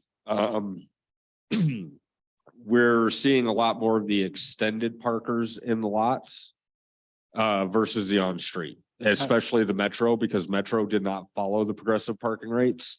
They are on their own rate structure now. How's that? How's that working? I tell you, these Metro guys are. They are $2 an hour or $15 all day. I asked for an update from Rolf. I still don't get why we have this. Nobody's made me feel comfortable with why we have two separate deals in this city. I just find it insane. So It's a very old, the Metro was established long ago. I At know the end of that. the day, that's I know why. that. Why isn't city, I'm the only one that does, I know I'm not, thinks this is insane that we have this. It's a little insane and it can get very, very. What- Adversarial. Particularly when they refuse to contribute to repairing the bridge, if I recall correctly. what do your Wednesdays look like, Bob? What's that? What do your Wednesdays look like? I'm available, can be. I'll send you the link to their next meeting. Maybe you can just attend as a visitor and maybe you'll get a better understanding of what they're doing. I might not be able to Don't- keep my mouth Don't shut. You guys scare know him, me. Bill. Pardon? Don't scare him. And the Metro also provides restrooms downtown Manitou. So that's, while they might not contribute to that bridge, they do provide the restrooms right downtown Manitou. I think everybody on this board should go to a Metro meeting. They're public meetings. They're usually over in the VAC or the MAC and up on the second floor. I'll take it. And Are just they a show regularly up. scheduled meeting? Are they regularly scheduled? They're supposed to be. They're More scheduled. often than not, they don't have a quorum. I mean, I'd be interested in attending. I don't know. I can Well, attend. Rolf will have, just call Rolf. Get a hold of Well, Rolf. can, He's on the Metro board. Yeah, Evan, no, do I you know. mind sharing the information behind that to everyone? Just to, Yeah, I'll send all that out to the board. Would you do that? I'm part of that every month. I do the same thing for them that I do for you guys. Yeah. So, yeah, I've got all that information. Yeah, well, it's, no, I won't go into it. Okay, any other reports, Kevin? Yes, I've got the deputy city administrator and public works report. So let me find where I wrote. Should I ask my questions now or on Sure, parking? Bob, or- what do you got? First of all, do we have any idea what the maximum number of cars could get the 50 hours? Is there any, like, has there been any estimate, like 5,000 residents times 2 cars? You know what I mean? Like, I'm just curious. I'd love to know the percentage. 579 out of what? you'd have to do it by household. It's, in the US, it's 1.8, average of 1.8 vehicles per household. So okay. So 10,000 rounding up, Well, people would be eligible. for that's that. 5,000 people, but That there's- includes that's- non-driver. Is it 50 well, but hours that's not households, That's not right? households. Yeah. per vehicle or per person, per household? It's per It's- household. Yeah, so Yeah, that's I'm easy thinking enough. wrong. So you could estimate that, right? Just curious. That would be helpful. The employee lot by Uncle Sam's, I never see a car in there. What is the status with that? So it was set up as an additional downtown employee area to park. We weren't getting any use, so Roy and I decided either a permit or some paid parking, so it is the cheaper rate all through the text, still nothing. That lot, along with the pool on Saturday, have been set up with Honk. The reservations we piloted in Hiawatha this summer. 7-Eleven sold out. That link has been out for a day. That lot is sold out. The pool, last I checked, right before I shut down for the day, Out of the 40 spaces, the pool's gonna let us use for that because they need to have some pool staff parking and park user parking. We've had 15 in a day. They are gonna do on-demand reservations at the pool. So somebody that comes into town, didn't hear about it, doesn't know what's going on with the coffin races, but wants to check it out. Right there in the parking lot, they can set up their reservation and move on. Perfect. Thank you. And then last question, I noticed the I don't know, the orange, the yellow cones by the rear end parking are gone, Mhm. which it looks great. I love it. Is that permanent? I mean, did we determine that there's enough knowledge now that we don't need them anymore? That was, I believe CDOT requested that we put them in. And then when they first went in, I think they were every 5 feet. I mean, there were a lot of them. Yeah. If you caught the angle just right, it looked like a solid brick wall. So we started slowly eliminating them and then I want to say the average tickets we write there in a week now is 5 for people that park incorrectly. So the streets department removed the rest of them. Cool. Thank you. Yep. So moving on to the deputy city administrator and public works reports. Canyon Avenue was recently restriped and paved. Lovers Lane is being repaired by CSU out back behind us. That should have wrapped up today. And they are planning on finishing Share the Road signs and Sharrows as a temporary solution off of El Paso. And we've already alluded to this earlier, but Roy did confirm $30,000 from the TMMP will be sent to this board for next year. And then some things to kind of kick around and discuss for next meeting. Do we want to hold on to that, see what we can come up with from the parking enterprise and build on this amount? Or do you guys want to go forward with some smaller projects and maybe spend that money next year? And those are all the reports that I have. Well, hold on. 30K is for next year, right? Right. I'd say spend it and then we have something to build on and say, look at our accomplishments. Yeah, get good with data, do some pilots, do some measuring, Right. then make decisions off data. And I suspect if we have to pay for it, we should pay for it. We need the data. And that's what the 30K is, could be used for, potentially. I wouldn't want to use it all, but I want to use some of it. Because we want to continue to make a case for using the enterprise fund as the ultimate source of funds for recommendations and data gathering and implementation of pilots and so forth and so on. So I think we just need to jump on it and move. Would you agree, Kevin? I'm supporting whatever the board decides. We can make it happen. If we got some projects next year, we can make them happen. Okay. Okay, gentlemen. It's on us. Let's do it. Okay. Anything else, Kevin? Okay. Board correspondence. Anybody got anything they want to share?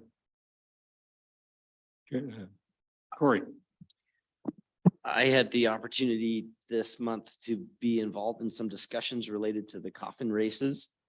And I wanted to just go on record of saying I was in a meeting that Kevin was in, and I was really impressed with the knowledge and confidence that Kevin had in talking about the parking matters. We were talking about congestion and in and out, and I've learned a lot about the impact that coffin races have on the entire community. And I was really glad to have Kevin's expertise in the meeting that I was able to attend. So I wanted to say thanks for that, Kevin. Great job. Thank you. And that's what I'm here for all day, every day. Okay. Anybody else got anything? I have a future agenda item, Yes. which is next. I don't know if you were going to Yes, that. go ahead. It just hit me like a ton of bricks. We owe it to our community to drill down on this whole metro parking thing and this relationship that we have. I don't think any of my friends know about this. It's too late to add it to the goals. So similar to the proposal of putting on the agenda, whatever that other item was, I'm sorry, I'm hungry too. I really think we should drill down on this metro thing. And I mean, it's insane that we have this system in this town of two entities operating under their own rules.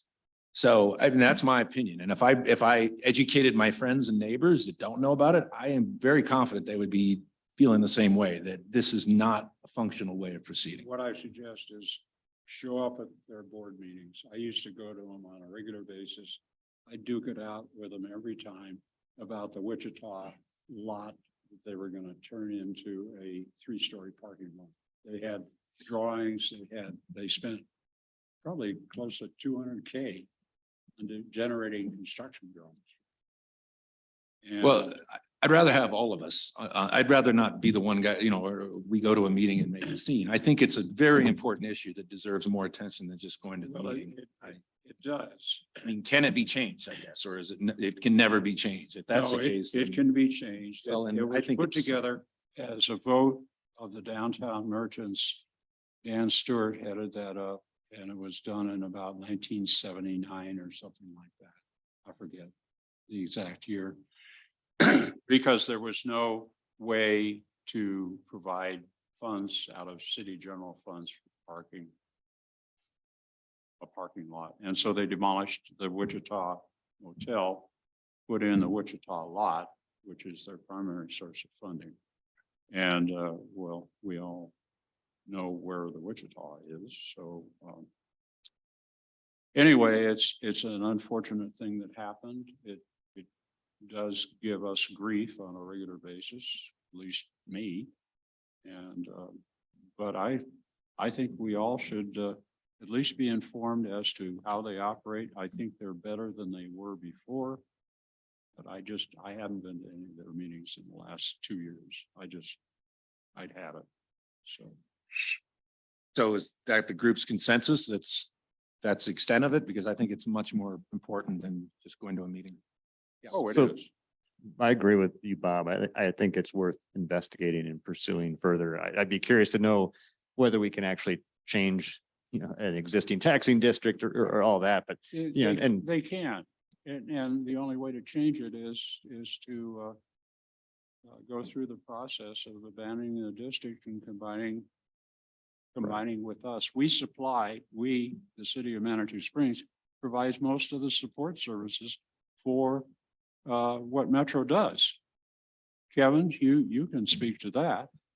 We provide almost all services to the Metro District.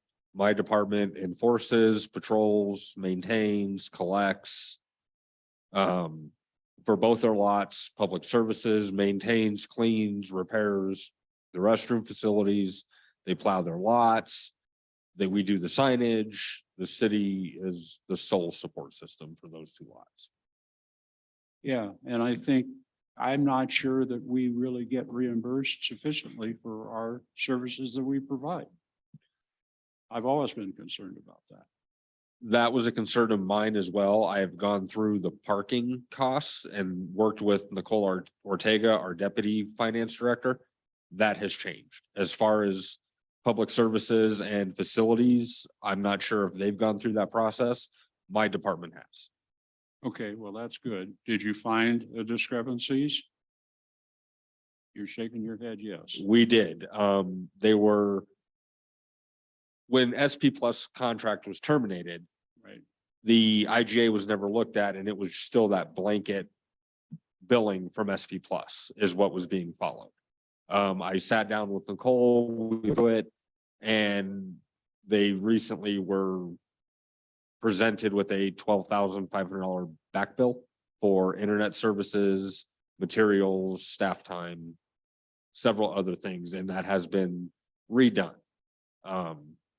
They are now paying their monthly dues for the internet connectivity, the citation paper, the citation envelopes, receipt paper, cleaning materials, everything that we do in the lots. Well, we need to expand that to public services. I believe Nicole was going to reach out to Jeff before his departure. So as soon as we end up with somebody in that position, I'm sure it'll be one of the top items to discuss. Yeah, I think this is a critical problem that we need to resolve. And I'm quite frankly, sick of dealing with it. So, anyway. Okay, anything else? Anybody has anything to say? Yes, Corey.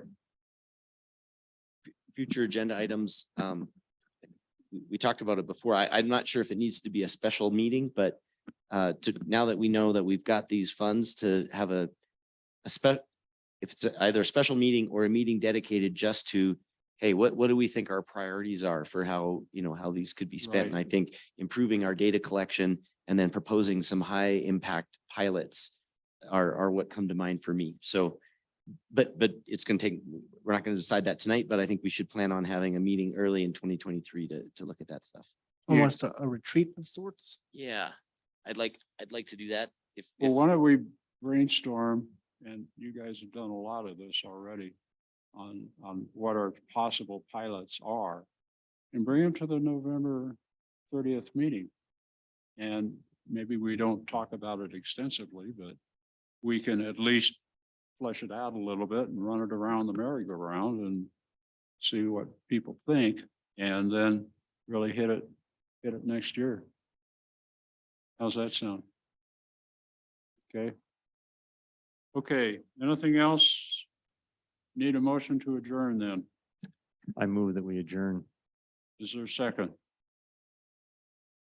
Okay, Corey seconded.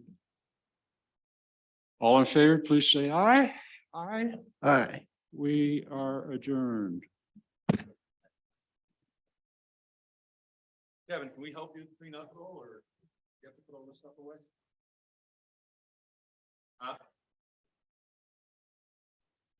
Like on microphones and stuff, or at a minimum.